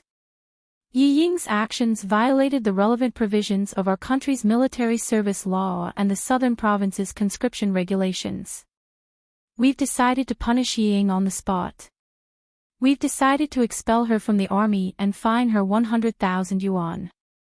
At the same time, immediately send her back to the Southern Province and hand her over to the Public Security Bureau for a full investigation into the case of Ying colluding with local hooligans to persecute the military academy student Yi Qian. Execution. Within 10 years, he is not allowed to be a civil servant, enter a state-owned or public institution, go abroad, or go through the formalities for entering a higher school. Ying did not faint. She was too emotional and was pressed down on her seat by 2 guards. She listened to the instructor of the capital government regiment read the execution warrant on the spot. Leave the army and hand over to the police. Ying's face was pale as she struggled even harder and screamed, "No, I don't want to leave the army. I don't want to go back to the Southern Province. Dad, save me. Dad, save me. I don't want to go back to the Southern Province. I don't want to leave the army. I was wrong, Chief, I was wrong. I won't dare to do it again. I was wrong, please don't let me leave the army." No one paid any attention to him. The Deputy Chief of Staff Du was the first to leave the meeting room with a dark face. This time, he had been completely humiliated by a mere performance art soldier. Don't go, don't go. Yi Qian, can you stop the chief? I'm begging you, I admit my mistake. I was really wrong. Please save me. I don't want to leave the army. I don't want to go to the Public Security Bureau. I don't want to go to jail. I'm begging you, Yi Qian. I'm begging you. In this life, Yi Qian heard Yi Ying's pleas. In this life, she actually heard Yi Ying's pleas. Chapter 2187. When Xia Jinyuan heard this, he frowned and said to Yi Qian, "Let's go." Ignore her. He wasn't afraid that Yi Qian would agree. His little fox wouldn't use her soft heart on someone like Yi Ying. She just didn't want to waste her time on Yi Ying. Yi Qian didn't leave immediately. Instead, he smiled and said, "Wait outside for a while. I still want to talk to her." When she saw that he was frowning because of her words, she smiled softly and promised him, "Give me 10 minutes. I'll be out in 10 minutes at most. Help me take the guards out." Okay. After pondering for a while, Xia Jinyuan nodded and agreed. Yi Ying, who was struggling and crying, heard Yi Jian's words. Her frightened eyes lit up. Did Yi Jian agree to help her? Did asking the guards to leave mean that he was willing to help her? That's great, that's great, that's great. He's finally helping me. He's finally helping me. I didn't beg so humbly in vain. She thought that Yi Qian would be the one begging for mercy in the end, but she was the one begging him. So be it. As long as she could get out of danger safely, she didn't have to leave the army, return to Nan province, or go to the Public Security Bureau. She didn't mind asking Yi Qian for help. When she thought that Yi Qian would help her, Yi Ying was ecstatic. She begged even louder, "Sis, save me. Hurry up and save me. It hurts. My arm hurts so much. They used too much force. It hurts so much. It really hurts so much. Do I look like I'm easy to talk to?" Yi Qian looked at Yi Ying, who was begging even louder and putting more effort into her act. He asked Major Xia, who was about to leave, "Seriously, do you need me to adjust my facial expression?" Major Xia looked at her seriously and shook his head. He smiled and said, "No need. Your eyes and expression tell me that you're in a good mood. That's good. I thought I looked easy to talk to and easy to bully." Yi Qian pretended to heave a sigh of relief and lightly patted her chest. She also felt that she was not an easy person to talk to. She was also narrow-minded, especially towards Yi Zhifan and his family. She was even narrower than the tip of a needle. She didn't know how Yi Ying saw it, but she was so soft-hearted that she didn't care about anything. Xia Jinyuan could tell that she was indeed in a good mood. So be it. He waved his hand and left with the two guards with a magnanimous look. As soon as the guard let go, Yi Ying, who was finally liberated, scrambled over and hugged Yi Qian's calf in an extremely pathetic manner. "Sister, please put in a good word for me. Please put in a good word for me. Don't say anything else.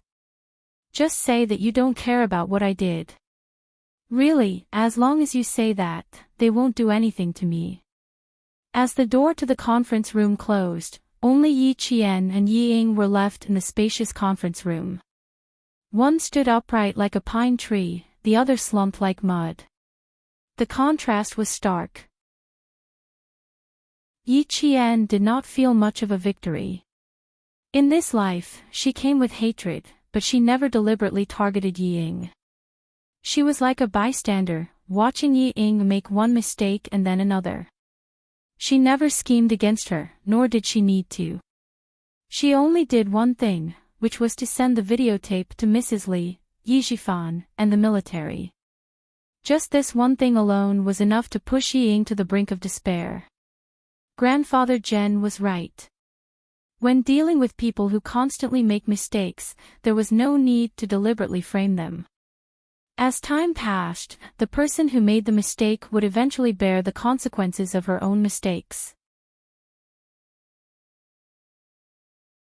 Chapter 2188. She didn't add fuel to the fire. She only dealt Ying a heavy blow at the most appropriate time, making her beg her like this. Scenes from his previous life flashed through his mind, frame by frame. There was Sun Dongqing's disdain, Yi Ying's arrogance, and Yi Shifan's arrogance. Everything from his previous life had come to an end in this life.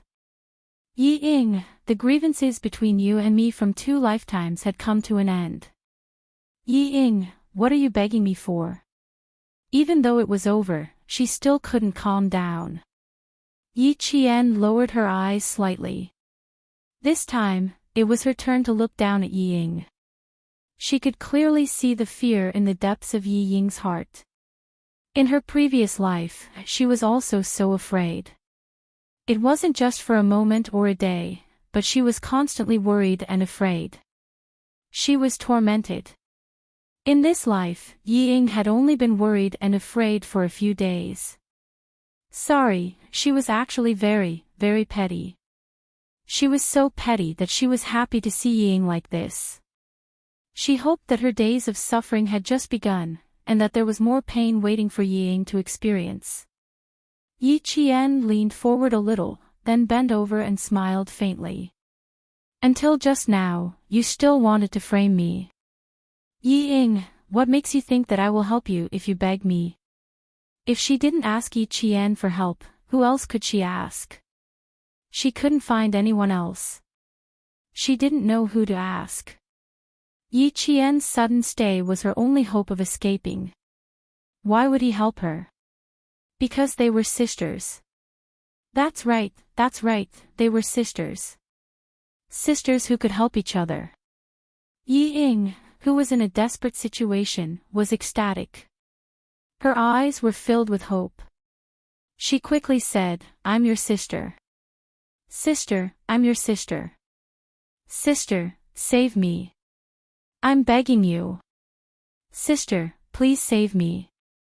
Sister, I'll be obedient in the future. I won't dare to lie to you anymore. Sister, I'll really be obedient. Believe me. I promise, I swear, I'll treat you as my sister from now on. I'll be closer to you than a real sister. Please, sister, my good sister. Only you can save me. I don't want to leave the army. I don't want to go back to the southern province. Sister, good sister, only you can save me. Yi Qian's smile deepened. He lowered his head slightly and said coolly, Sister? Yi Ying, since when did you treat me as your sister? That's not right. Fortunately, you've never treated me as an elder sister. That way, some unnecessary trouble can be avoided. I also sincerely thank you for all the things you've done for me, and thank your good mother for all the things she's done for me. Otherwise, how could there be the Yi Qian of today? I, Yi Qian, have always engraved the events of the past in my heart. I would never dare to forget them for even a moment. Her eyes were dark and cold. The coldness in her eyes made Yi Ying's heart tremble when they looked at each other for the first time. Realizing something, Yi Ying clutched the corner of Yi Jian's trousers tightly and kept shaking her head. She kept saying the word no monotonously. No, no, no. It's not like that. It's not like that. I've already begged her to let me go. Why isn't she satisfied? Yi Ying couldn't figure it out. She cried until her tears and snot mixed together. She sat there paralyzed, but she didn't dare to let go. She was afraid that if she did, Yi Qian wouldn't care about her anymore. Sister, is it because I haven't asked for enough? Is it still not enough? Sister, I'm begging you. I know I'm wrong. Really, I'm really wrong. It's all my fault in the past. I made you suffer so much. I'm really wrong.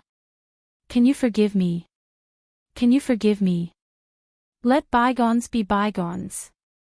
Let's forget about it, okay? Don't think about it anymore, okay?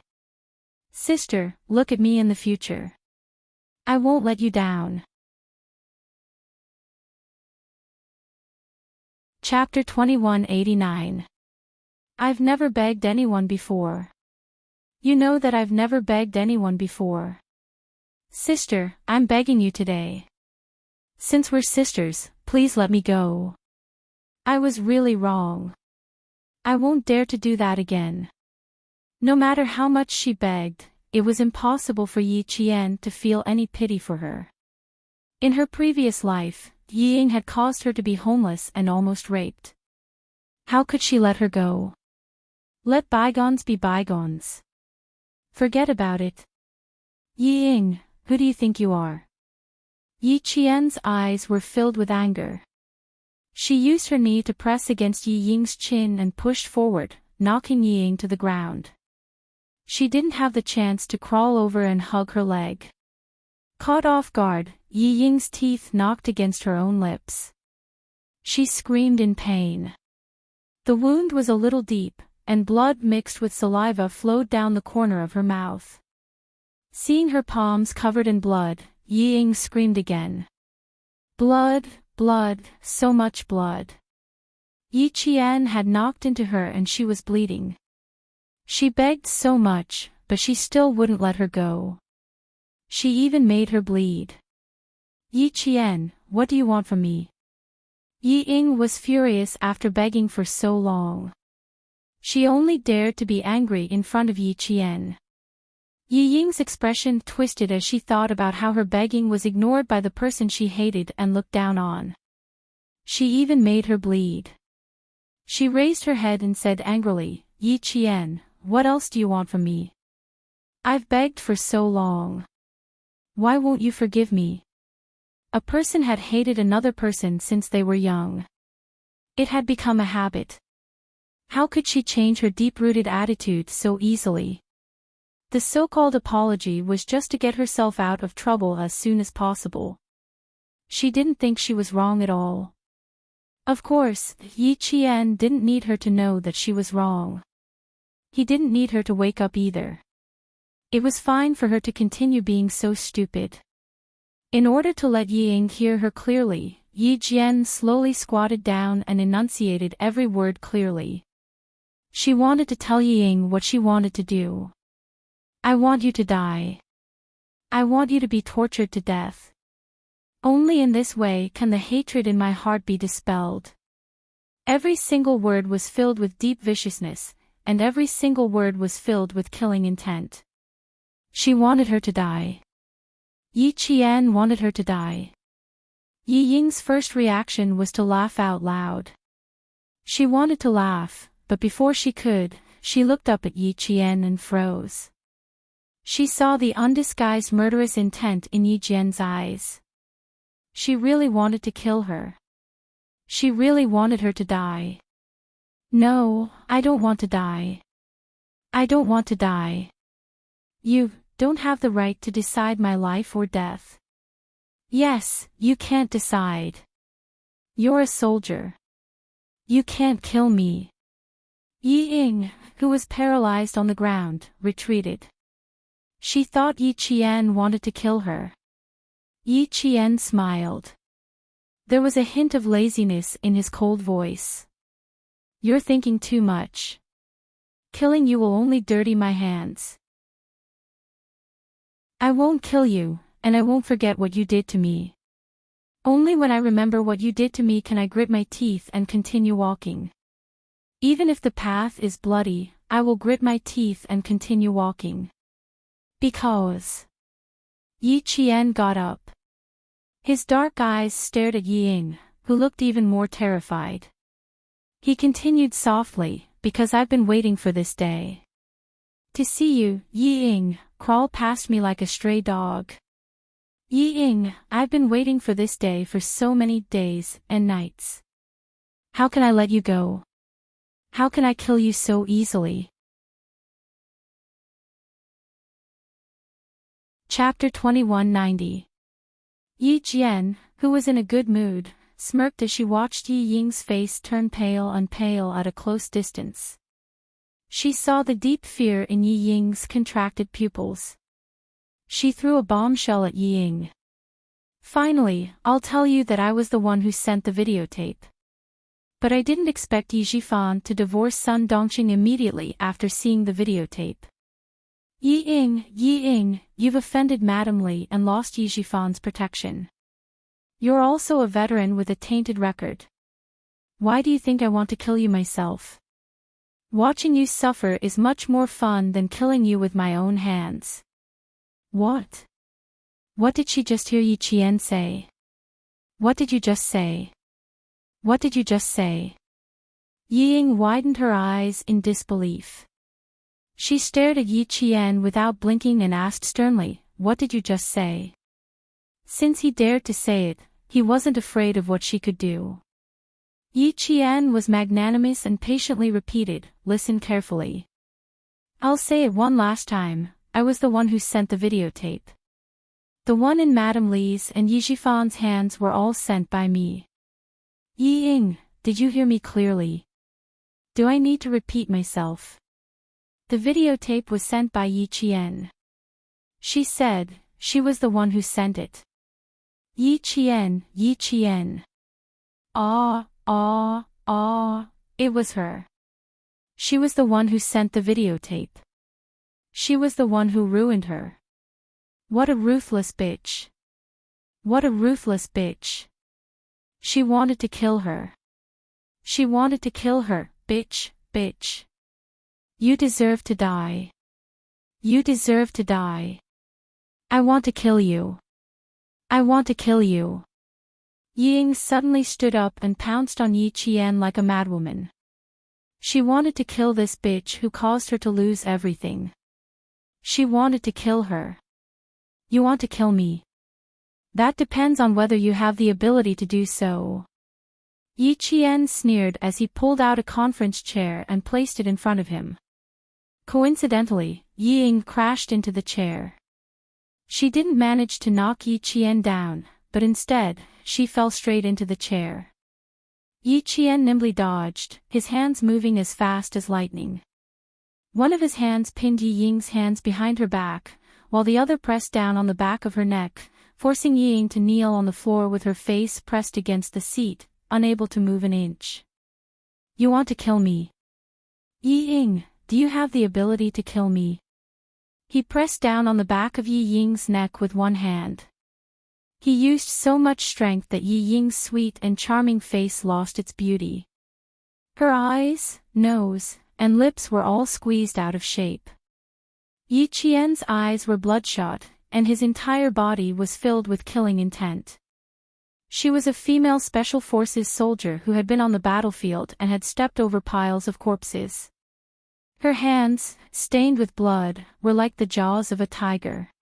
She pressed down on Yi Ying's neck like she was biting down on Yi Ying's life. Her killing intent was even more terrifying. At this moment, Yi Qian was the most realistic. He had been on the battlefield and killed people. He raised the weapon in his hand and killed his target without batting an eyelid. Yi Ying was just a spoiled and arrogant girl who had lost her sense of self.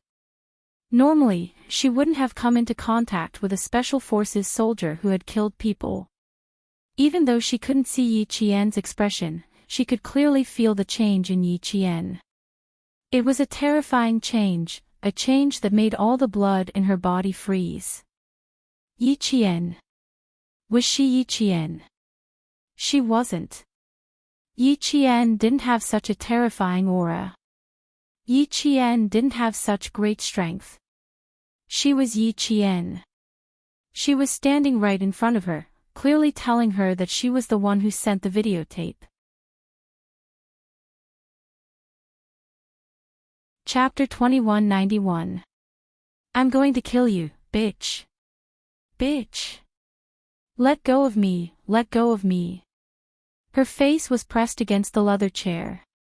Even her voice was broken and she could not form a coherent sentence. She twisted her shoulders and used all her strength to struggle, but no matter how much strength she used, it was futile. She could not break free, she could not escape from Yi Qian's control. Yi Ying, remember this for me. Don't provoke Yi Jian easily before you become more powerful. Even I have to avoid her, let alone you. You must remember to stay as far away as possible from her as you can. Remember this. How many times have I told you? Yi Qian is not someone you can provoke. You've provoked her time and time again. Do you want to die? Yi Ying, I don't know how strong she is. You can't be as reckless as before. Do you hear me? Yi Ying, open your eyes and see if Yi Qian is someone you can provoke. Can you provoke her? Do you dare? Are you not afraid of death? Yi Ying, you used to love saying that Yi Qian was inferior to you in every way. Look at them now. Look at them. Look at their aura. Haven't you realized the difference between you and Yi Qian? Haven't you realized that you can't compare to Yi Qian? People have to look forward. You're still stuck in the same place. You think you're better than Yi Qian. In fact, Yi Qian has long surpassed you. Words of advice flashed through her mind. Yi Ying was in so much pain that her whole body twitched. In fact, Yi Qian has long surpassed you.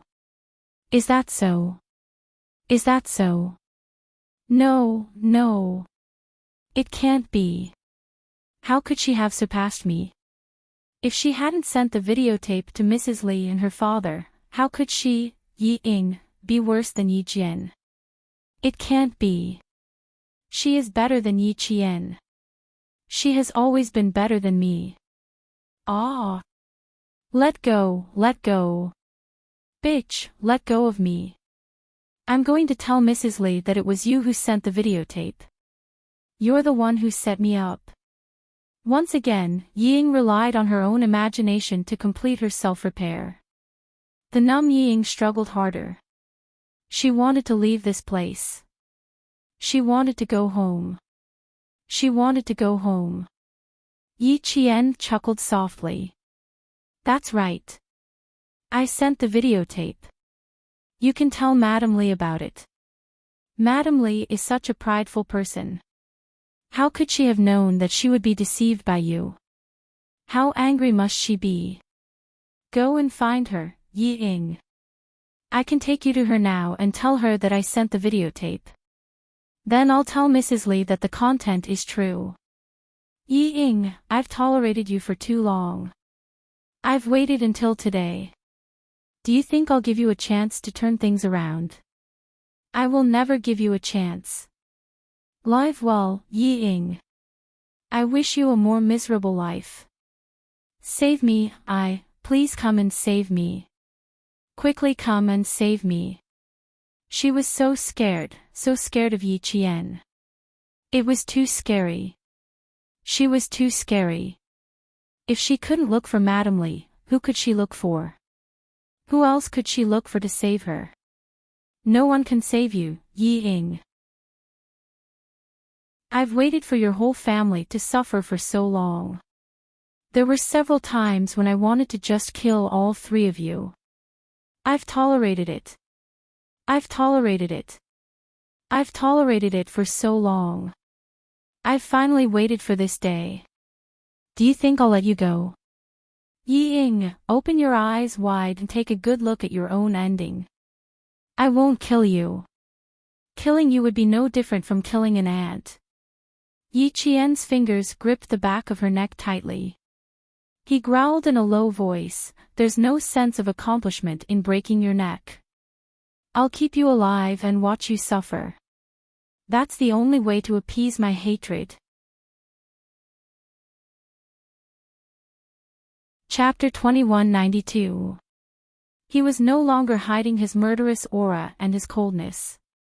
Yi Ying was frightened.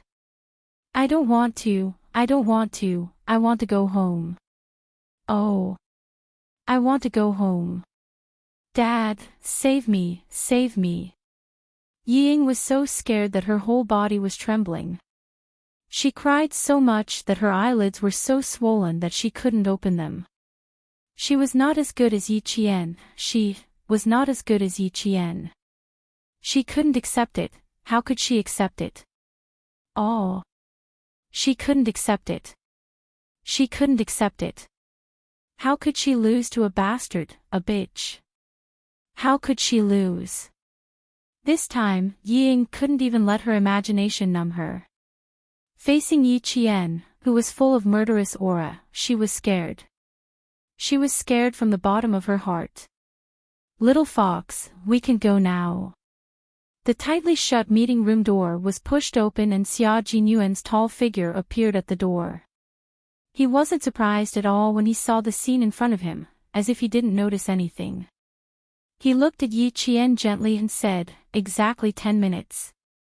After saying what needed to be said, Yi Qian let go and clapped his hands in disdain. Before he left, he said something that made Yi Ying's hair stand on end. "Your retribution has just begun. Yi Zhifan doesn't even acknowledge you as his daughter. Yi Ying, you will live a life worse than a rat in the gutter." Worse than a rat in the gutter, she would live a life worse than a rat in the gutter. She might as well be killed. No, she had to find her father to save her. Only her father could save her now.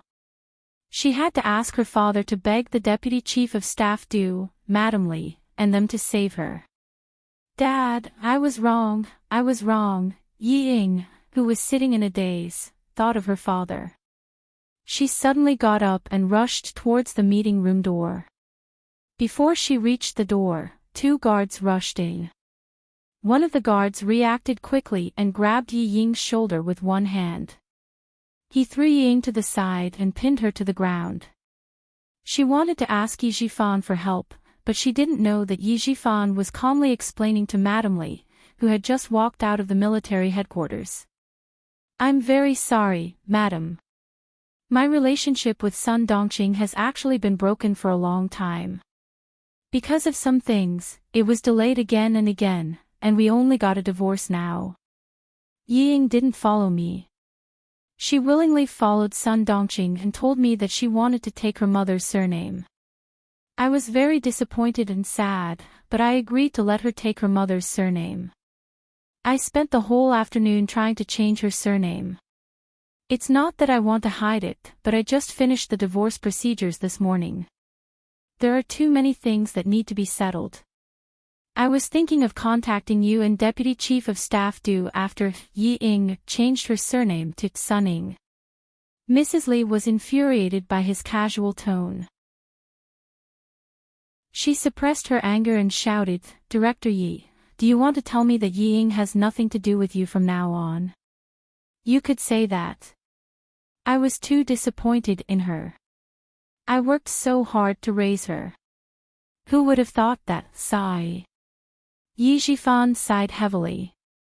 There was an indescribable sadness in his voice. Madam Li sneered. What a heartbroken father. She didn't expect that he would be so heartless to his own daughter. "Very well, I will remember what Director Yi said today. Yi Ying, no, she is called Sun Ying now, right? She made me, Li Qinglan, lose so much face. I will definitely settle this account with her. I hope that Director Yi won't show up at that time." Hearing this, Yi Zhifan, who was nervous, adjusted his breath slightly and replied, "I can promise you that I will never interfere in Sun Ying's affairs." Chapter 2193. Yi Zhifan divorced Sun Dongqing in a hurry and made himself clear. He was afraid that Mrs. Li would take her anger out on him. When he received Mrs. Li's call, he was even more nervous than when he was in the provincial committee meeting. When he heard Mrs. Li's cold and deep voice, he felt that his heart was about to jump out of his throat. He even held his breath for fear that Mrs. Li would notice his fear. When Yi Zhifan said that he would no longer interfere in Yi Ying's affairs, he heard Mrs. Li sneer softly. He didn't know what she meant. It seems that Director Yi is going to put justice before family. That's right. No wonder Director Yi can be so successful. I can see that Director Yi can achieve great things. How could he not hear the sarcasm in Mrs. Lee's words? If Yi Ying could be supported by the wall, listen to his arrangements, and not make trouble outside, how could he really be willing to cut off their father-daughter relationship? After all, she was his daughter and half of his blood flowed in her veins. He had arranged all the paths for her. Every path was a broad road. With his protection, she would definitely achieve great things. But Yi Ying was a piece of mud that couldn't be supported by the wall. No matter how good the path he paved was, she would only walk on a rotten path. He spent so much effort to cultivate her, but in the end, she didn't recognize him as her father. She was indeed his daughter. She was so ruthless. Forget it. Since she didn't recognize him, why should he recognize a stupid daughter? He couldn't afford to offend the Lee family. It was not easy for him to climb to his current position. He didn't want to be beaten back to his original position overnight, and he didn't want to lose everything. He had to give up something to gain something. He could only give up Yi Ying, this daughter who didn't recognize him. Pretending that he didn't hear the sarcasm in Mrs. Lee's words, Yi Jifan's voice was trembling. I'm sorry. Well, she is too stubborn.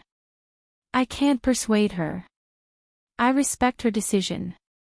She is in her 20s. She is not young anymore.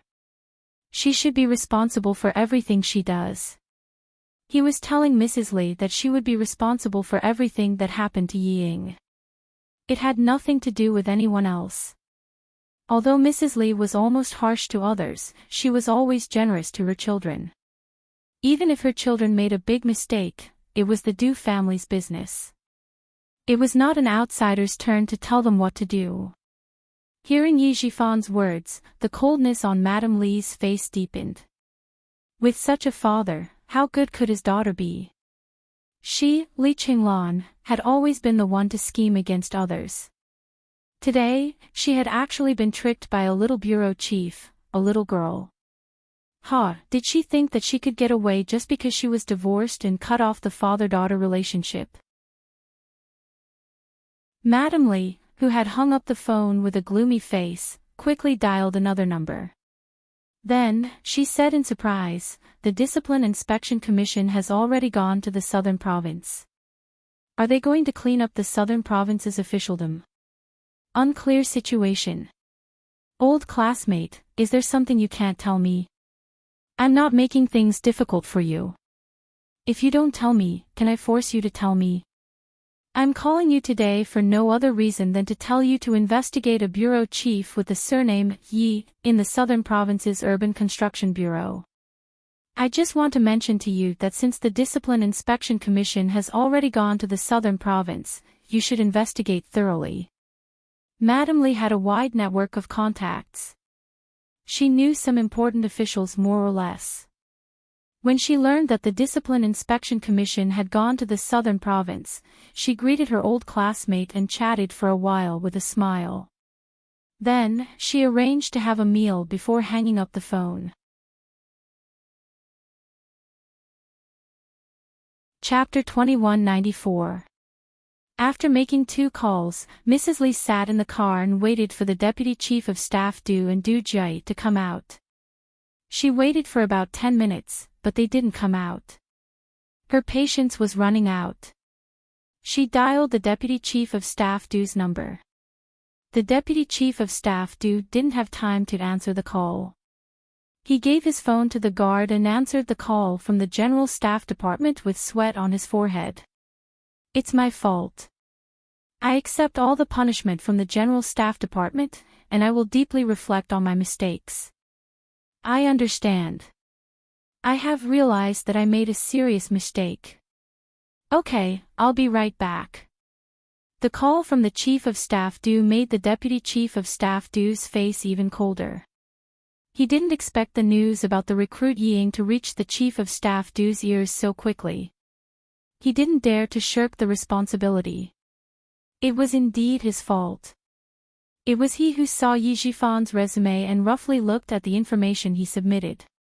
He didn't investigate further and directly opened the back door for Yi Ying. He told the Beijing government group and specially recruited Yi Ying into the army. Who would have thought that the information he was looking at turned out to be information that Yi Zhifan had tampered with? Even his wife's side hadn't been investigated. He was careless and almost made a big mistake. Luckily, Yi Ying only joined the army for half a day. The files, stubs, and enlistment information were not officially entered into the army's management system. He only needed to delete all the paper information. Luckily, the bad influence of the situation was minimized. Otherwise, he would be publicly criticized in the next army meeting. Thinking that the Chief of Staff Du mentioned his wife on the phone and asked if she also wanted a position in the General Staff Department. The Deputy Chief of Staff Du hung up the phone and didn't notice Du Jiayi waiting for him outside. He quickened his steps and left the military headquarters with a gloomy face. This was not a good thing. It was clearly telling him that his wife had interfered too much. Because of Yi Ying, the whole family was going to be in a mess. Du Jiayi could already see that the Deputy Chief of Staff Du's face was not good. She jogged to catch up with them and said softly, "Dad, Mom is waiting for us outside. Tell your mom that I have to go to the General Staff Department right now." The General Staff Department called just now. Yi Ying's incident has already reached them. Deputy Chief of Staff Du, who was walking with big strides, felt like he was walking with the wind. Along the way, the air felt heavy. "Also, pass a message to your mother. The General Staff Department asked me if I want to give your mother a position." Du Jiayi's face paled. She immediately identified a position for her mother. Things had really gotten out of hand this time. Seeing that the Deputy Chief of Staff Du had walked far away, she hurriedly chased after him. She had to go out and tell her mother that her father was in trouble. "I don't want to go back. I don't want to go back. I want to see Madam Li. I want to see the Deputy Chief of Staff Du. They were the ones who allowed me to enter the capital political group. It has nothing to do with me. I don't want to. I don't want to." Du Jiayi, who had caught up with them, suddenly heard Yi Ying's heart-wrenching screams from behind. What made her even angrier was that Yi Ying had actually splashed dirty water on the Du family. It had nothing to do with her. "Yi Ying, you really deserve to die." The Deputy Chief of Staff Du also heard it. He deliberately slowed down his pace and waited for Xia Jinyuan and Yi Qian, who were preparing to leave the military headquarters. Without much interaction, Xia Jinyuan and Yi Qian stopped and saluted him. Then they calmly left under his gaze, leaving behind the two calm and dignified figures of the Du family. Chapter 2195. I didn't expect this, I really didn't expect this. The Deputy Chief of Staff Du murmured. He didn't expect Xia Xinhui's son to be so successful. He was no longer as frivolous as he was when he was young. The darkness in his eyes deepened. Du Jiayi didn't say anything. When she saw Xia Jinyuan, she subconsciously turned sideways and hid behind the Deputy Chief of Staff Du. She didn't straighten her back until Xia Jinyuan and Yi Qian left. She didn't know why, but she couldn't act freely in front of Xia Jinyuan. It was like that in the past, and it was still like that now. Du Jiayi, who was secretly resentful, gritted her teeth and only dared to glance at the tall and slender figure from the corner of her eye. Her expression was half angry and half angry. Soon, the two guards holding Yi Ying appeared. When they saw Yi Ying, the Deputy Chief of Staff Du, they couldn't suppress their excitement and begged in a hoarse voice. "Deputy Chief of Staff Du, please save me. I won't do it again, I won't do it again. I was wrong, I know I was wrong. Please give me another chance. I will definitely turn over a new leaf and not make the same mistake again. Please, save me. It was you and Madam Li who arranged for me to join the Beijing political group. You can't just leave me alone. Deputy Chief of Staff Du, please save me. You can't just leave me alone. Yi Ying was now begging for help from anyone she could find. She had lost her sense of propriety and didn't even say a word. What she said happened to be the Deputy Chief of Staff Du's most taboo words. How can you make a scene in the military headquarters? Gag her mouth and take her away from the military headquarters as soon as possible and transfer her to the relevant departments. The Deputy Chief of Staff Du suppressed the anger in his heart and ordered in a deep voice, transfer her to the southern province overnight. No one is allowed to see her on the way. Yi Ying wanted to beg him to let her talk to her family.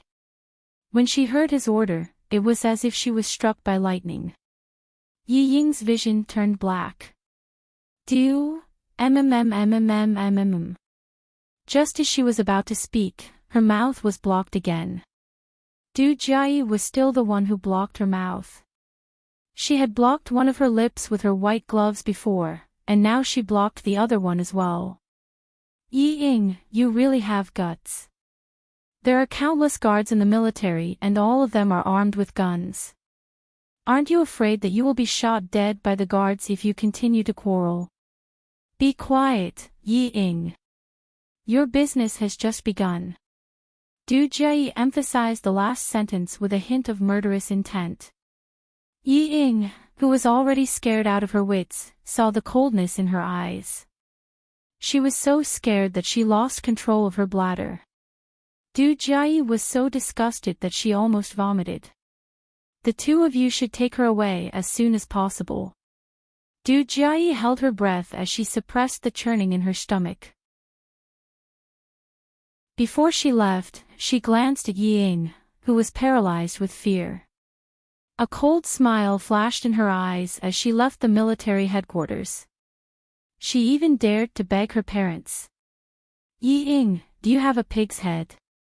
The Deputy Chief of Staff Du left the military headquarters in a car. Mrs. Li, who was waiting outside, saw the familiar license plate number flash by. She knew that her husband would not go home with her. When Du Jiayi came out and conveyed the Deputy Chief of Staff Du's words, Mrs. Li frowned. She was so angry today that she did not control her temper for a moment. Now she was being laughed at by others. Asking her to get a position in the military headquarters was accusing her of meddling too much. She even dared to meddle in the affairs of the army. Mrs. Li, who was a little tired, raised her hand and pinched between her eyebrows. She closed her eyes to hide the murderous intent. She pressed her lips together and closed her eyes to rest for a while. Yi Zhifan saved her son. This was a great favor. Chapter 2196. Knowing that he wanted her daughter to join the army, Li Qinglan had always been a grateful person. She agreed without hesitation. It was not a big deal. She just wanted to make it easier for his daughter to be a little art soldier. It was just a way to repay his kindness. Unexpectedly, the daughter of a director turned out to be such a bad person. She rarely used her husband's face to help, but in the end, even the General Staff Department knew about it. The army meeting was about to be held, but her family encountered such a bad thing. It was foreseeable that the Du family would not have a good time during this period. Mrs. Li suddenly opened her eyes, grasped the black handbag on her lap with both hands, and said in a low voice, "You dare to challenge my bottom line, Yi Ying. If I don't make you beg for death, my surname is not Li." Yi Ying, whose hands were tied and dragged into the car, shivered violently.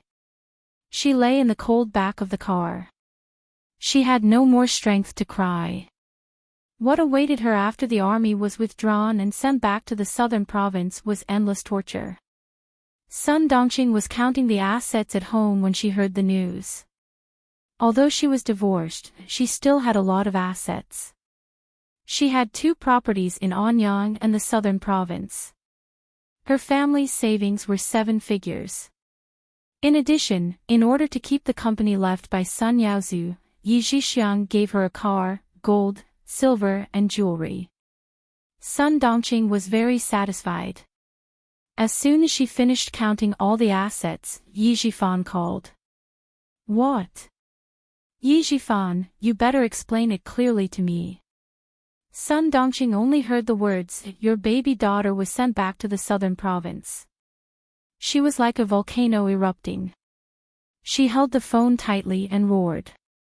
Yi Jifan leaned against the back of the office chair with no expression on his face and said coldly, considering that we were husband and wife, I intended to inform you in advance so that you could be mentally prepared. Your baby daughter's mistakes were all exposed. Mrs. Li also received the videotape. She was furious when she saw the content. Just now, she called me specifically to question me. Her tone was very unfriendly. She told me clearly that your baby daughter made her lose face and made her a joke in the upper-class circle in the capital. She planned to come out and teach your baby daughter a lesson. As for how to teach your precious daughter a lesson, that's not something I know.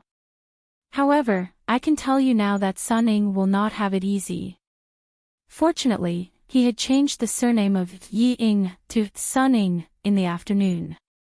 Otherwise, he would not be able to explain it to Madame Li. Sun Dongqing couldn't believe it and shouted, how is that possible? Madame Li likes Ying Ying so much and even wants Ying Ying to be her daughter-in-law. How could she bear to let Ying Ying suffer? Yi Jifan, you bastard. Do you regret giving all your assets to me and my mother?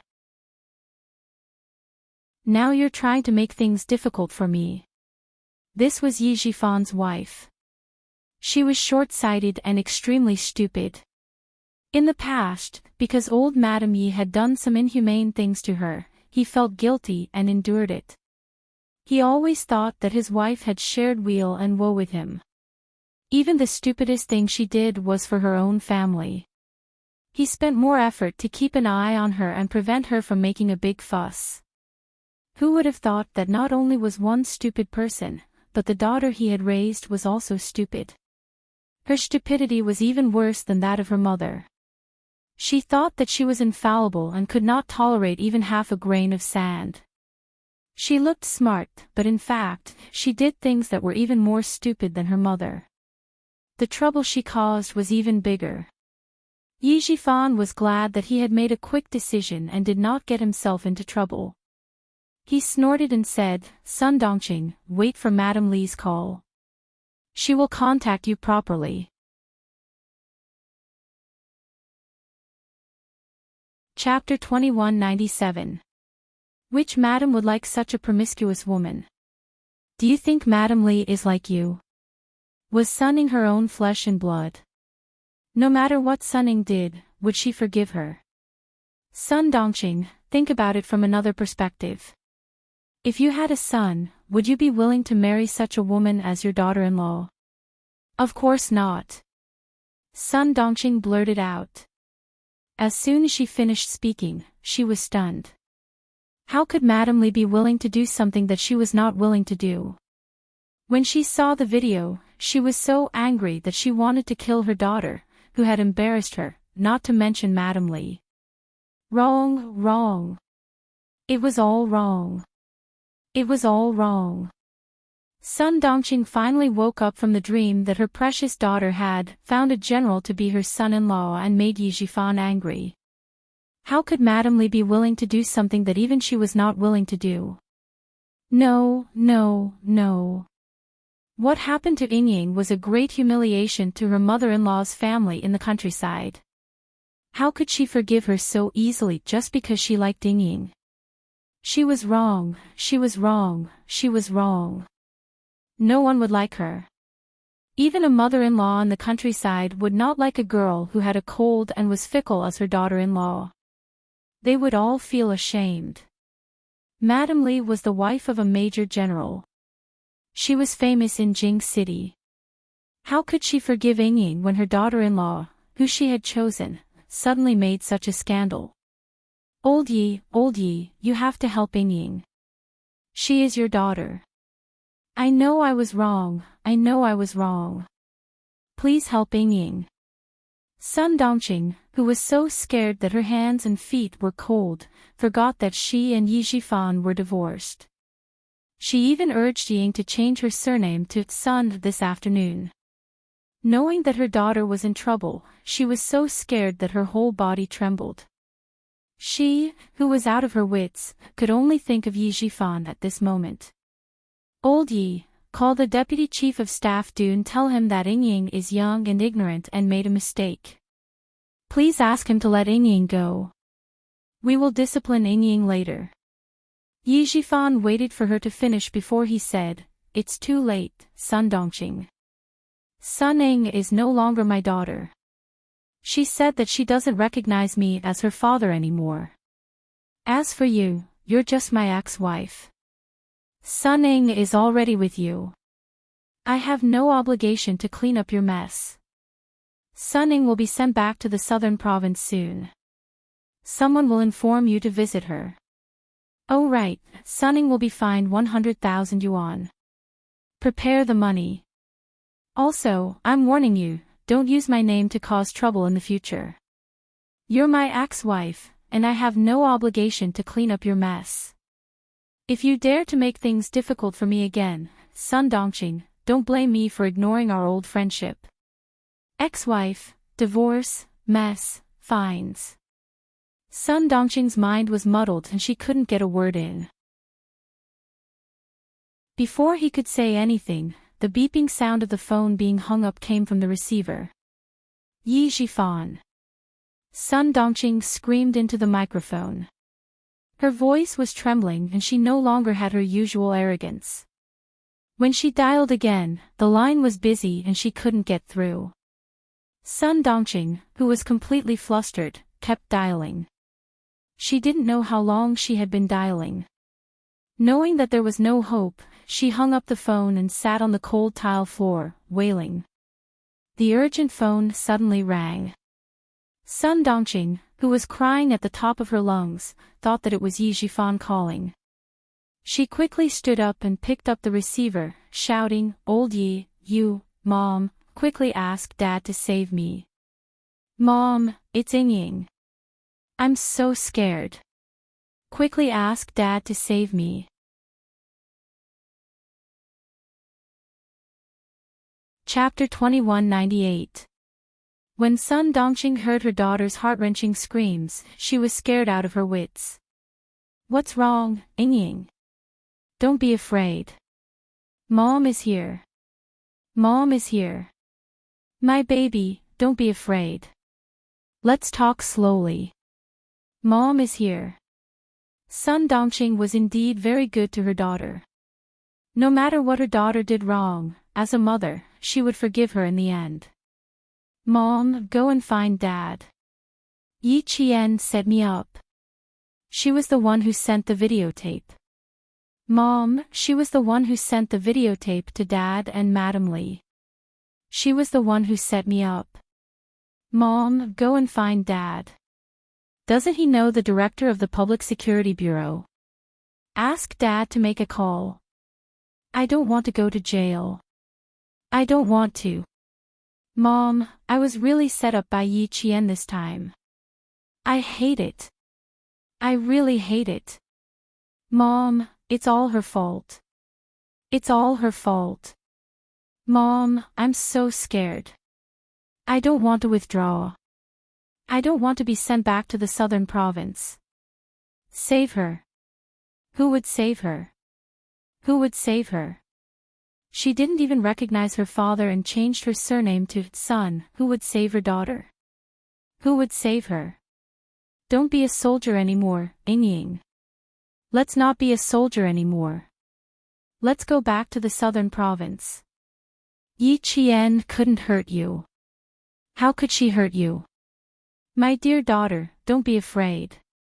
Let's come back first. Sun Dongqing didn't dare to say that Yi Jifan didn't recognize her daughter anymore. She didn't dare to say that she had to change her surname to Sun Ying from today onwards. She was afraid that her daughter would suffer a greater blow if she said it. I won't come back, Mom. I can't come back. If I come back, Yi Qian will look down on me. I will never bow down to her in this lifetime. Mom, get Dad to pick up the phone. I want to talk to him. I want to tell him how hateful Yi Qian is. Suning didn't know what happened in the southern province. She saw Yi Zhifan as her last hope. Other than her father, no one else was willing to save her. My poor daughter. Sun Dongqing, who also couldn't contact her ex-husband, wailed. Yingying, your father isn't home. He's not home. Go back to the southern province first. We'll make plans after you're back. It would be great if she could return to the southern province. At least she could accompany her daughter. It wasn't easy for Suning to get in touch with her family. How could she give up so easily? She strained her hoarse voice even harder. Her voice was sharp and piercing. No, I'm not going back to the southern province. I want Yi Qian to die a horrible death. I want her to die a horrible death. Admit defeat, Ying. Let's admit defeat. We can't win against her. We can't win against her. Without her husband to rely on, how could they make things difficult for Yi Qian? Making things difficult for Yi Qian, who was already high and mighty. Sun Dongqing, who had lost the protection of her ex-husband, suddenly came to her senses. In order to know the news of her daughter, she made countless calls, but no one answered. Even when her fingers were about to swell, no one answered. Only then did she realize that without Yi Zhifan's protection, she was nothing. Suning, who still didn't know that her surname was Sun, screamed crazily.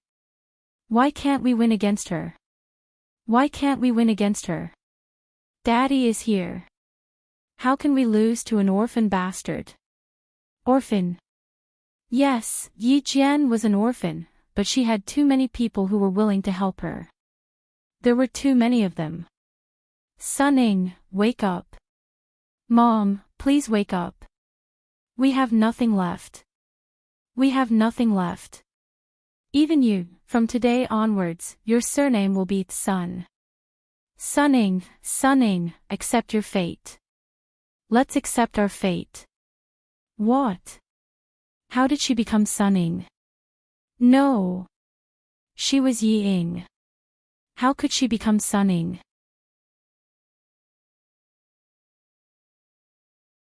Chapter 2199. Your father and I are divorced. We got divorced this morning. Ying, have you forgotten? You wanted me to divorce your father. He won't care about us anymore. It's useless to look for him. We can only accept our fate. Suning, we can only accept our fate. Sun Dongqing, who was crying loudly, told the truth. She didn't know how her daughter would react after hearing it, but she had to say it. If she didn't, Suning would continue to dream of defeating Yi Qian. Impossible. It would never be possible. No, it's impossible. Mom, what did you say? It's impossible. I'm Yi Ying. How did I become Suning? Suning couldn't hold on to her last hope. She couldn't hold on to it anymore. Yi Zhifan was her last source of confidence and hope. My poor daughter, it's true. You're Suning now.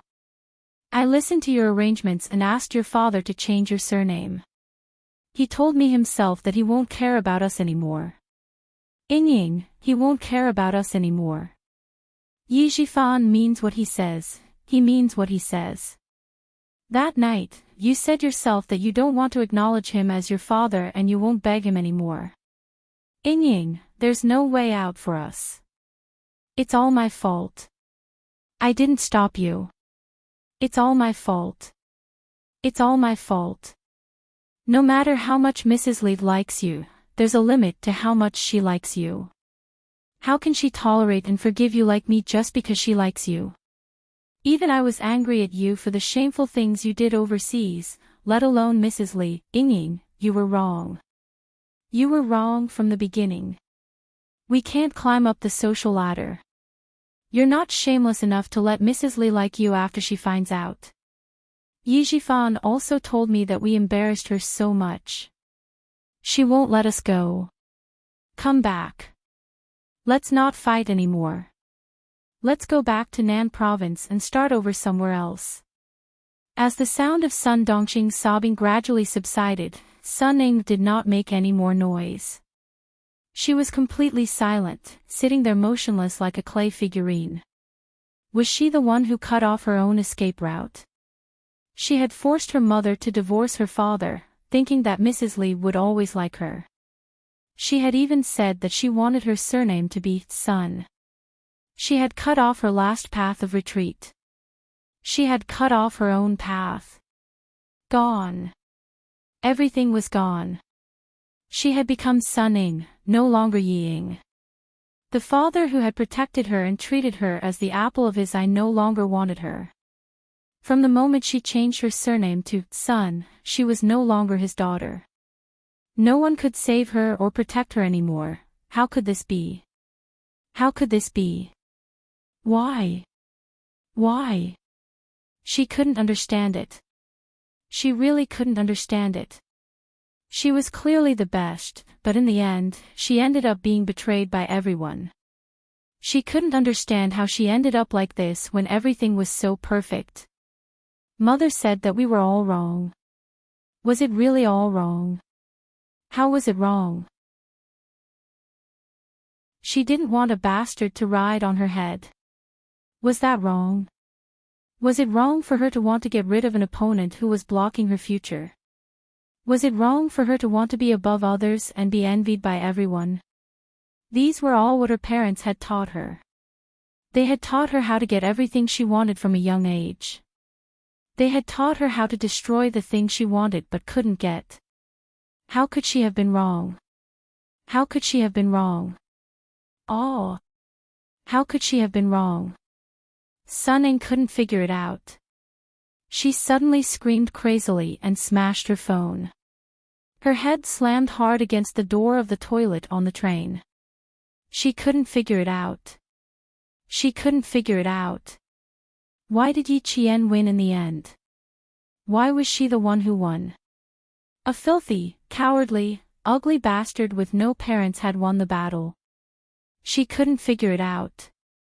Why did she let a bitch that she had always looked down on win? The guards who were waiting outside to escort her back to Southern Province heard the commotion and kicked the toilet door open without hesitation. They first subdued Sun Ning, who had hurt herself, and then immediately informed their colleagues to come and pick up the phone. Even the battery was coming out. Where did the phone come from? Why did she have a phone with her?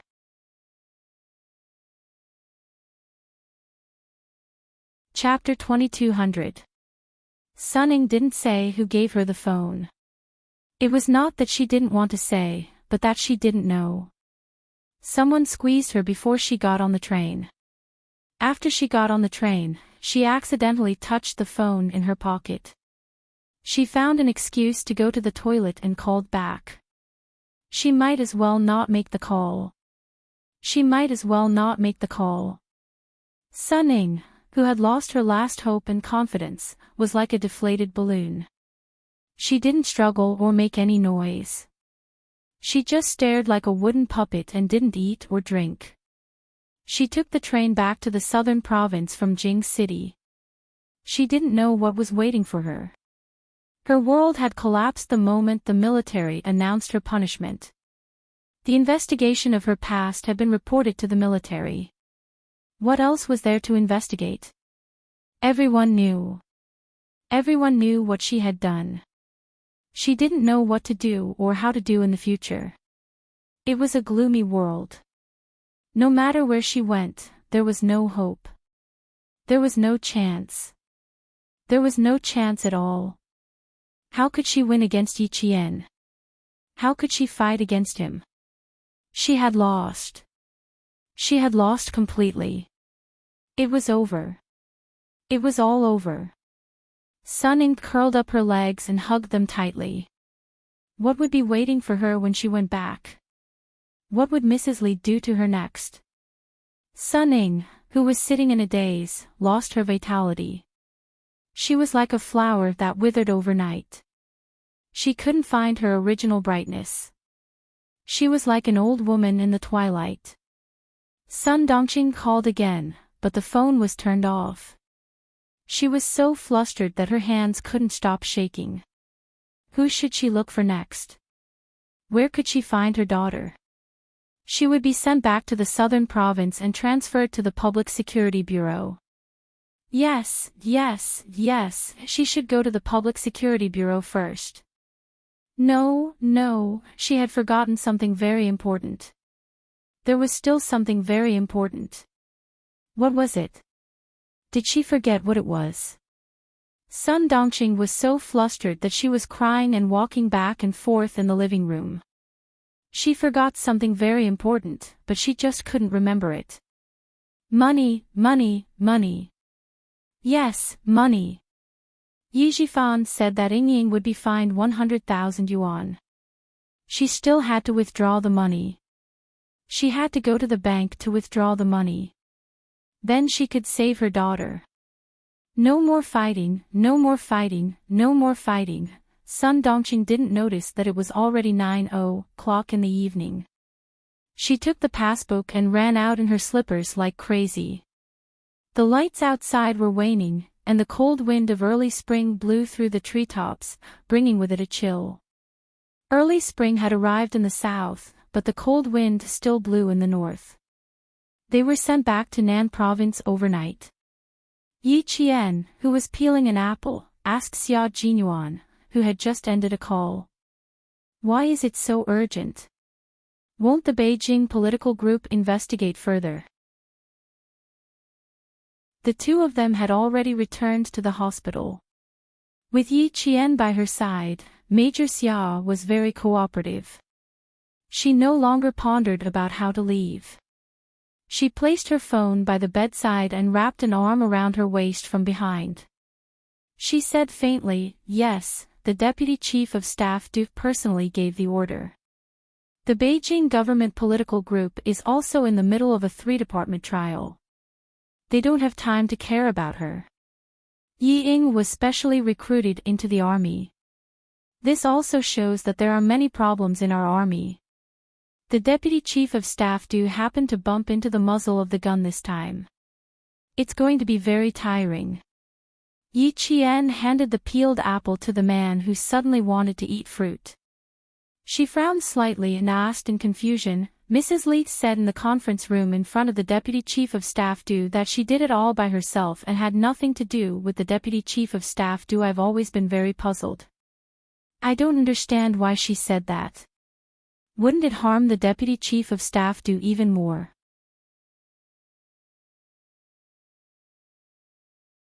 Chapter 2201.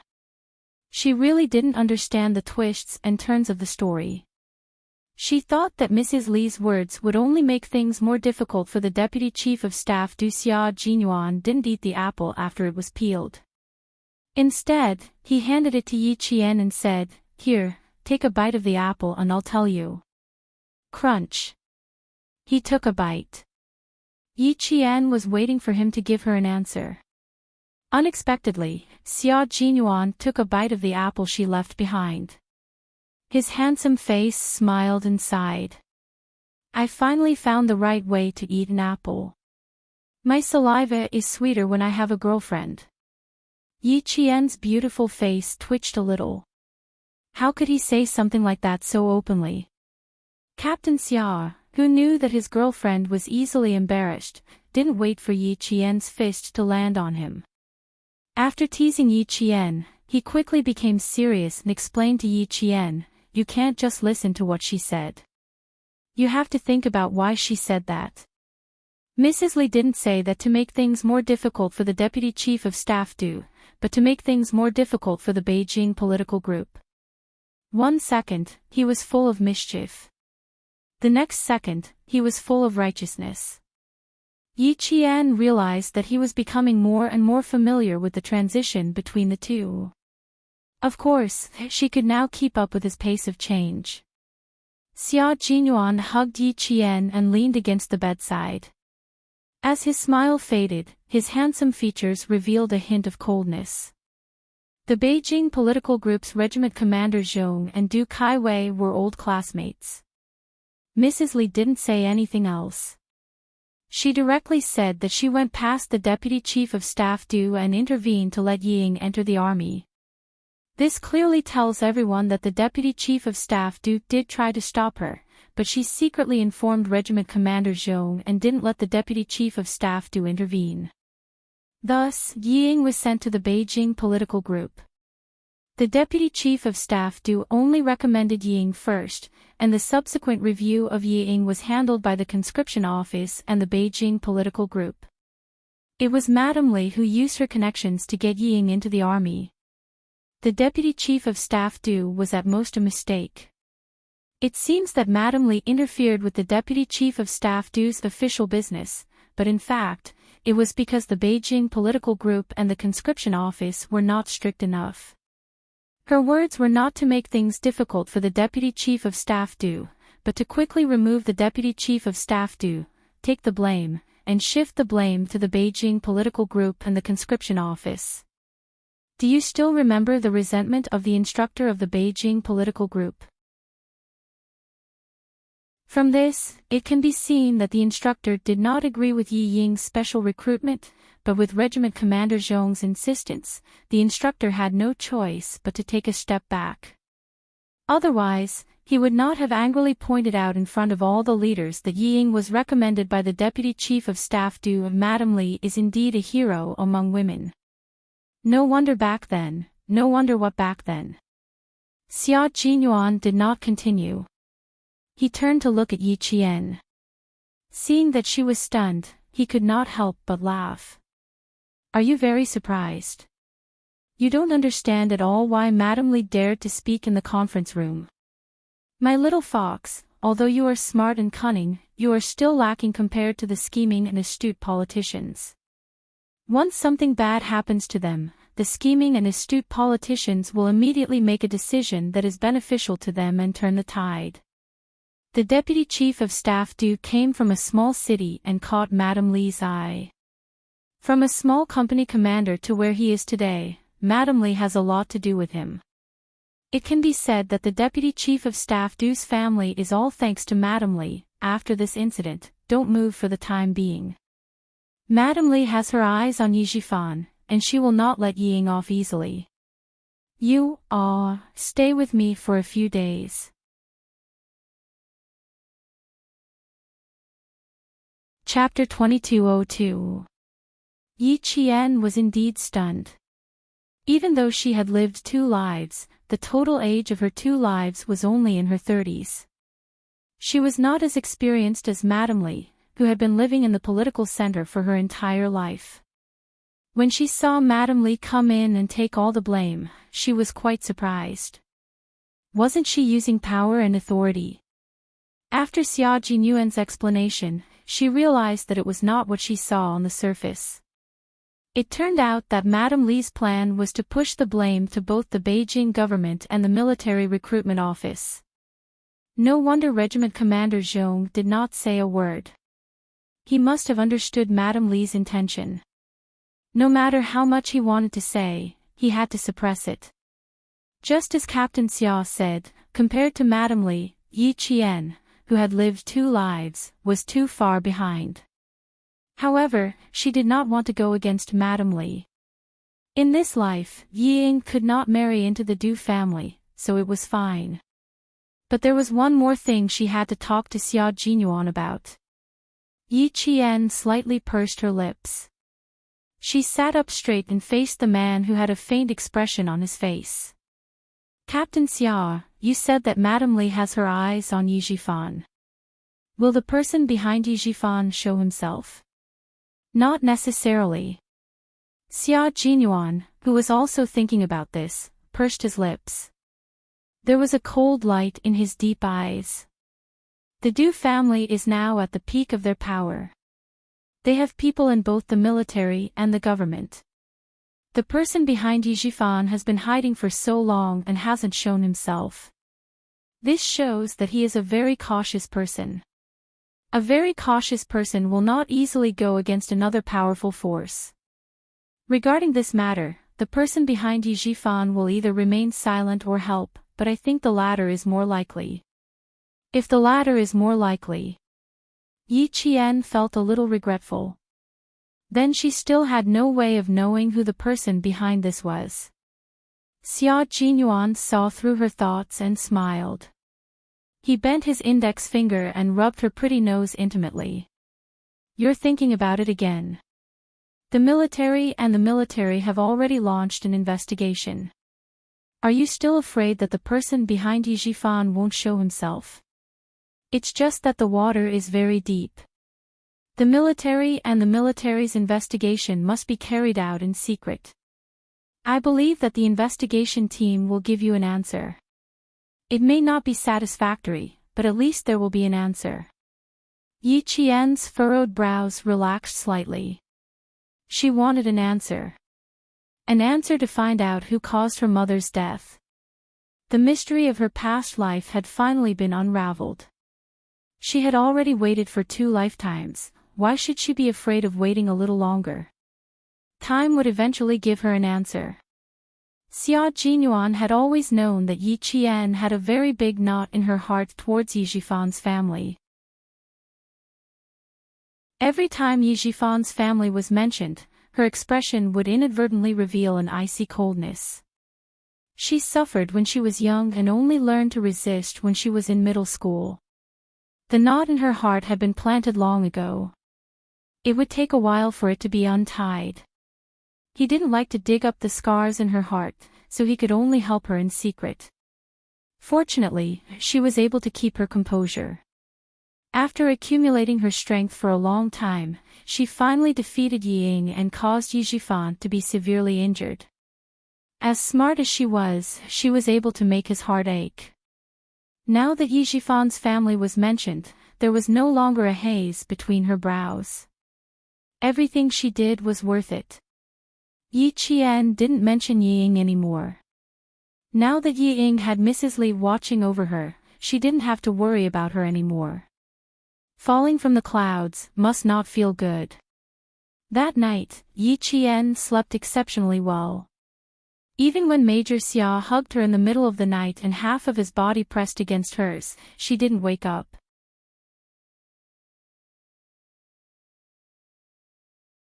Chapter 2203. With the defeat of Yi Ying in this life, the hatred that was hidden in the deepest part of her heart, which occupied half of her heart, finally collapsed. Yi Jifan didn't need to think too deeply about it. His good days would end with Madame Li's anger. Yi Qian slept soundly, but Major Xia was having a hard time enduring it. His waist was injured, so he could not move too much. He could only eat some tofu vegetables from time to time. But the touch of the little white rabbit could easily arouse the heat in a man's body. Major Xia, who was breathing heavily, wanted to wake Yi Qian up so that he could satisfy his craving. But in the end, he could not bear to wake her up, so he suppressed the heat in his body. She would no longer be disturbed by worldly affairs, and she would no longer be tired by tomorrow's matters. She rested her head on his strong arms and breathed in his reassuring scent. Her whole body was nestled in his arms like a harbor. She was so lazy that she felt tired even when she opened her eyes. She could just lean on him like this and be protected forever. After calming down again, Xia Jinyuan looked down at the high tent below him. Finally, he silently took a pillow and placed it between the two of them so that he would not accidentally poke Yi Qian awake. He could not fall asleep for a long time, but Yi Qian's breathing was long and deep. Because she was sleeping so soundly, even the corners of her mouth were slightly curved into an innocent smile. Xia Jinyuan looked at her sleeping face almost greedily. He stared deeply at her, his eyes as gentle as water surrounding her. He lowered his head and gently kissed her smooth forehead. He chuckled and said, "Little fox, you have to grow up quickly. The big bad wolf can't hold back anymore. If one day he really wants to do you, it won't help even if you hold a gun to his head. Yi Qian did not answer him. Perhaps his gaze was too focused, but she moved slightly in her sleep and took the initiative to snuggle into Xia Jinyuan's arms. Her plump and round, little white rabbit just happened to be on the side of Xia Jinyuan's chest. It was really sweet torture. The sweet and tormented Xia Jinyuan knew that he would not be able to sleep tonight. Even if he wanted to sleep, he would not be able to. Of course, he couldn't bear to fall asleep either. He could just look at her like this for the entire night. Commander-in-Chief Xia, who had rushed over early in the morning, met eyes with Xia Jinyuan, who hadn't slept the entire night. He silently looked at Yi Qian, who was in his son's arms, and then silently looked at the brat, who was signaling him to leave. Commander-in-Chief Xia raised his hand to signal the guards to stand guard outside, and then pushed the door open and entered. Xia Jinyuan was speechless. Didn't he say he would stay by his wife's side? So what if he came to disturb her early in the morning? Yi Qian, who had never slept so deeply before, only woke up when Commander-in-Chief Xia walked into the ward and heard the sound of a chair being moved. When she opened her eyes, the first thing she saw was a languid, handsome face. Following his greeting, Yi Qian looked out and saw Commander-in-Chief Xia smiling kindly at her. Commander-in-Chief Xia. Yi Qian's mind quivered, and she suddenly stood up.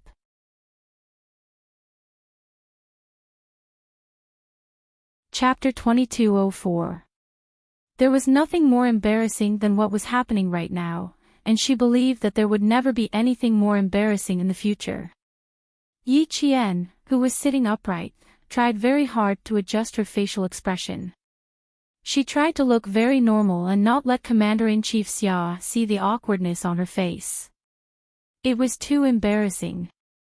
The Commander-in-Chief came over early in the morning and had already walked into the ward, but she didn't notice at all. She continued to snuggle in Captain Xia's arms.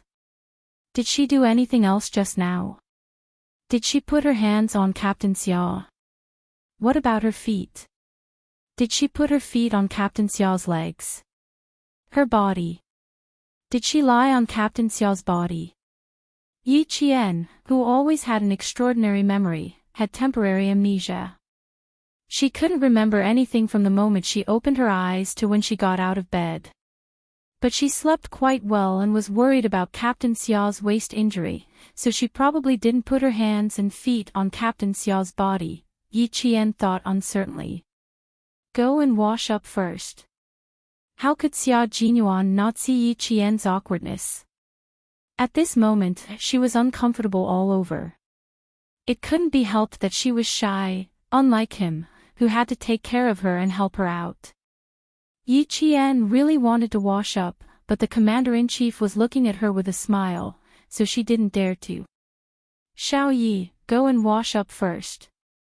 We'll talk about business after breakfast. Commander-in-Chief Xia naturally also saw Yi Qian's awkwardness. He originally wanted to make Yi Qian feel uncomfortable, so he just sat there and stared at her to see how anxious his son would be.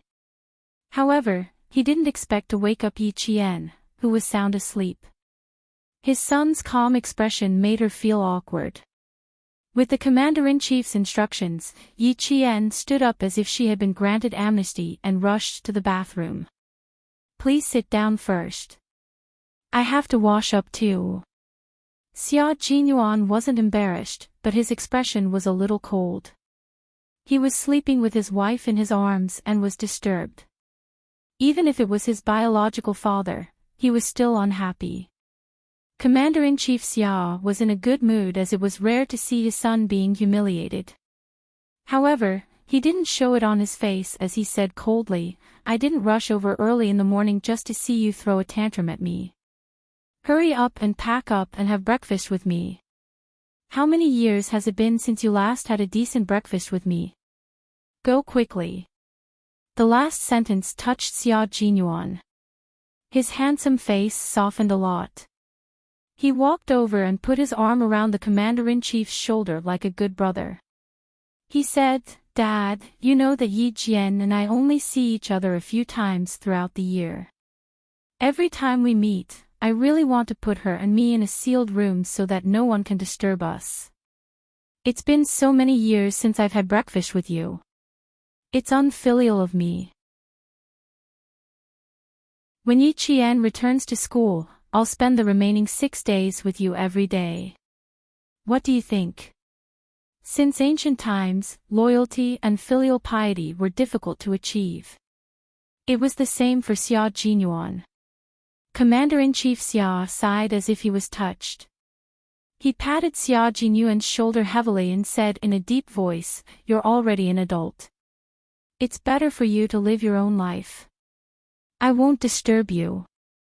Don't come back to have breakfast with me. My appetite hasn't been very good recently.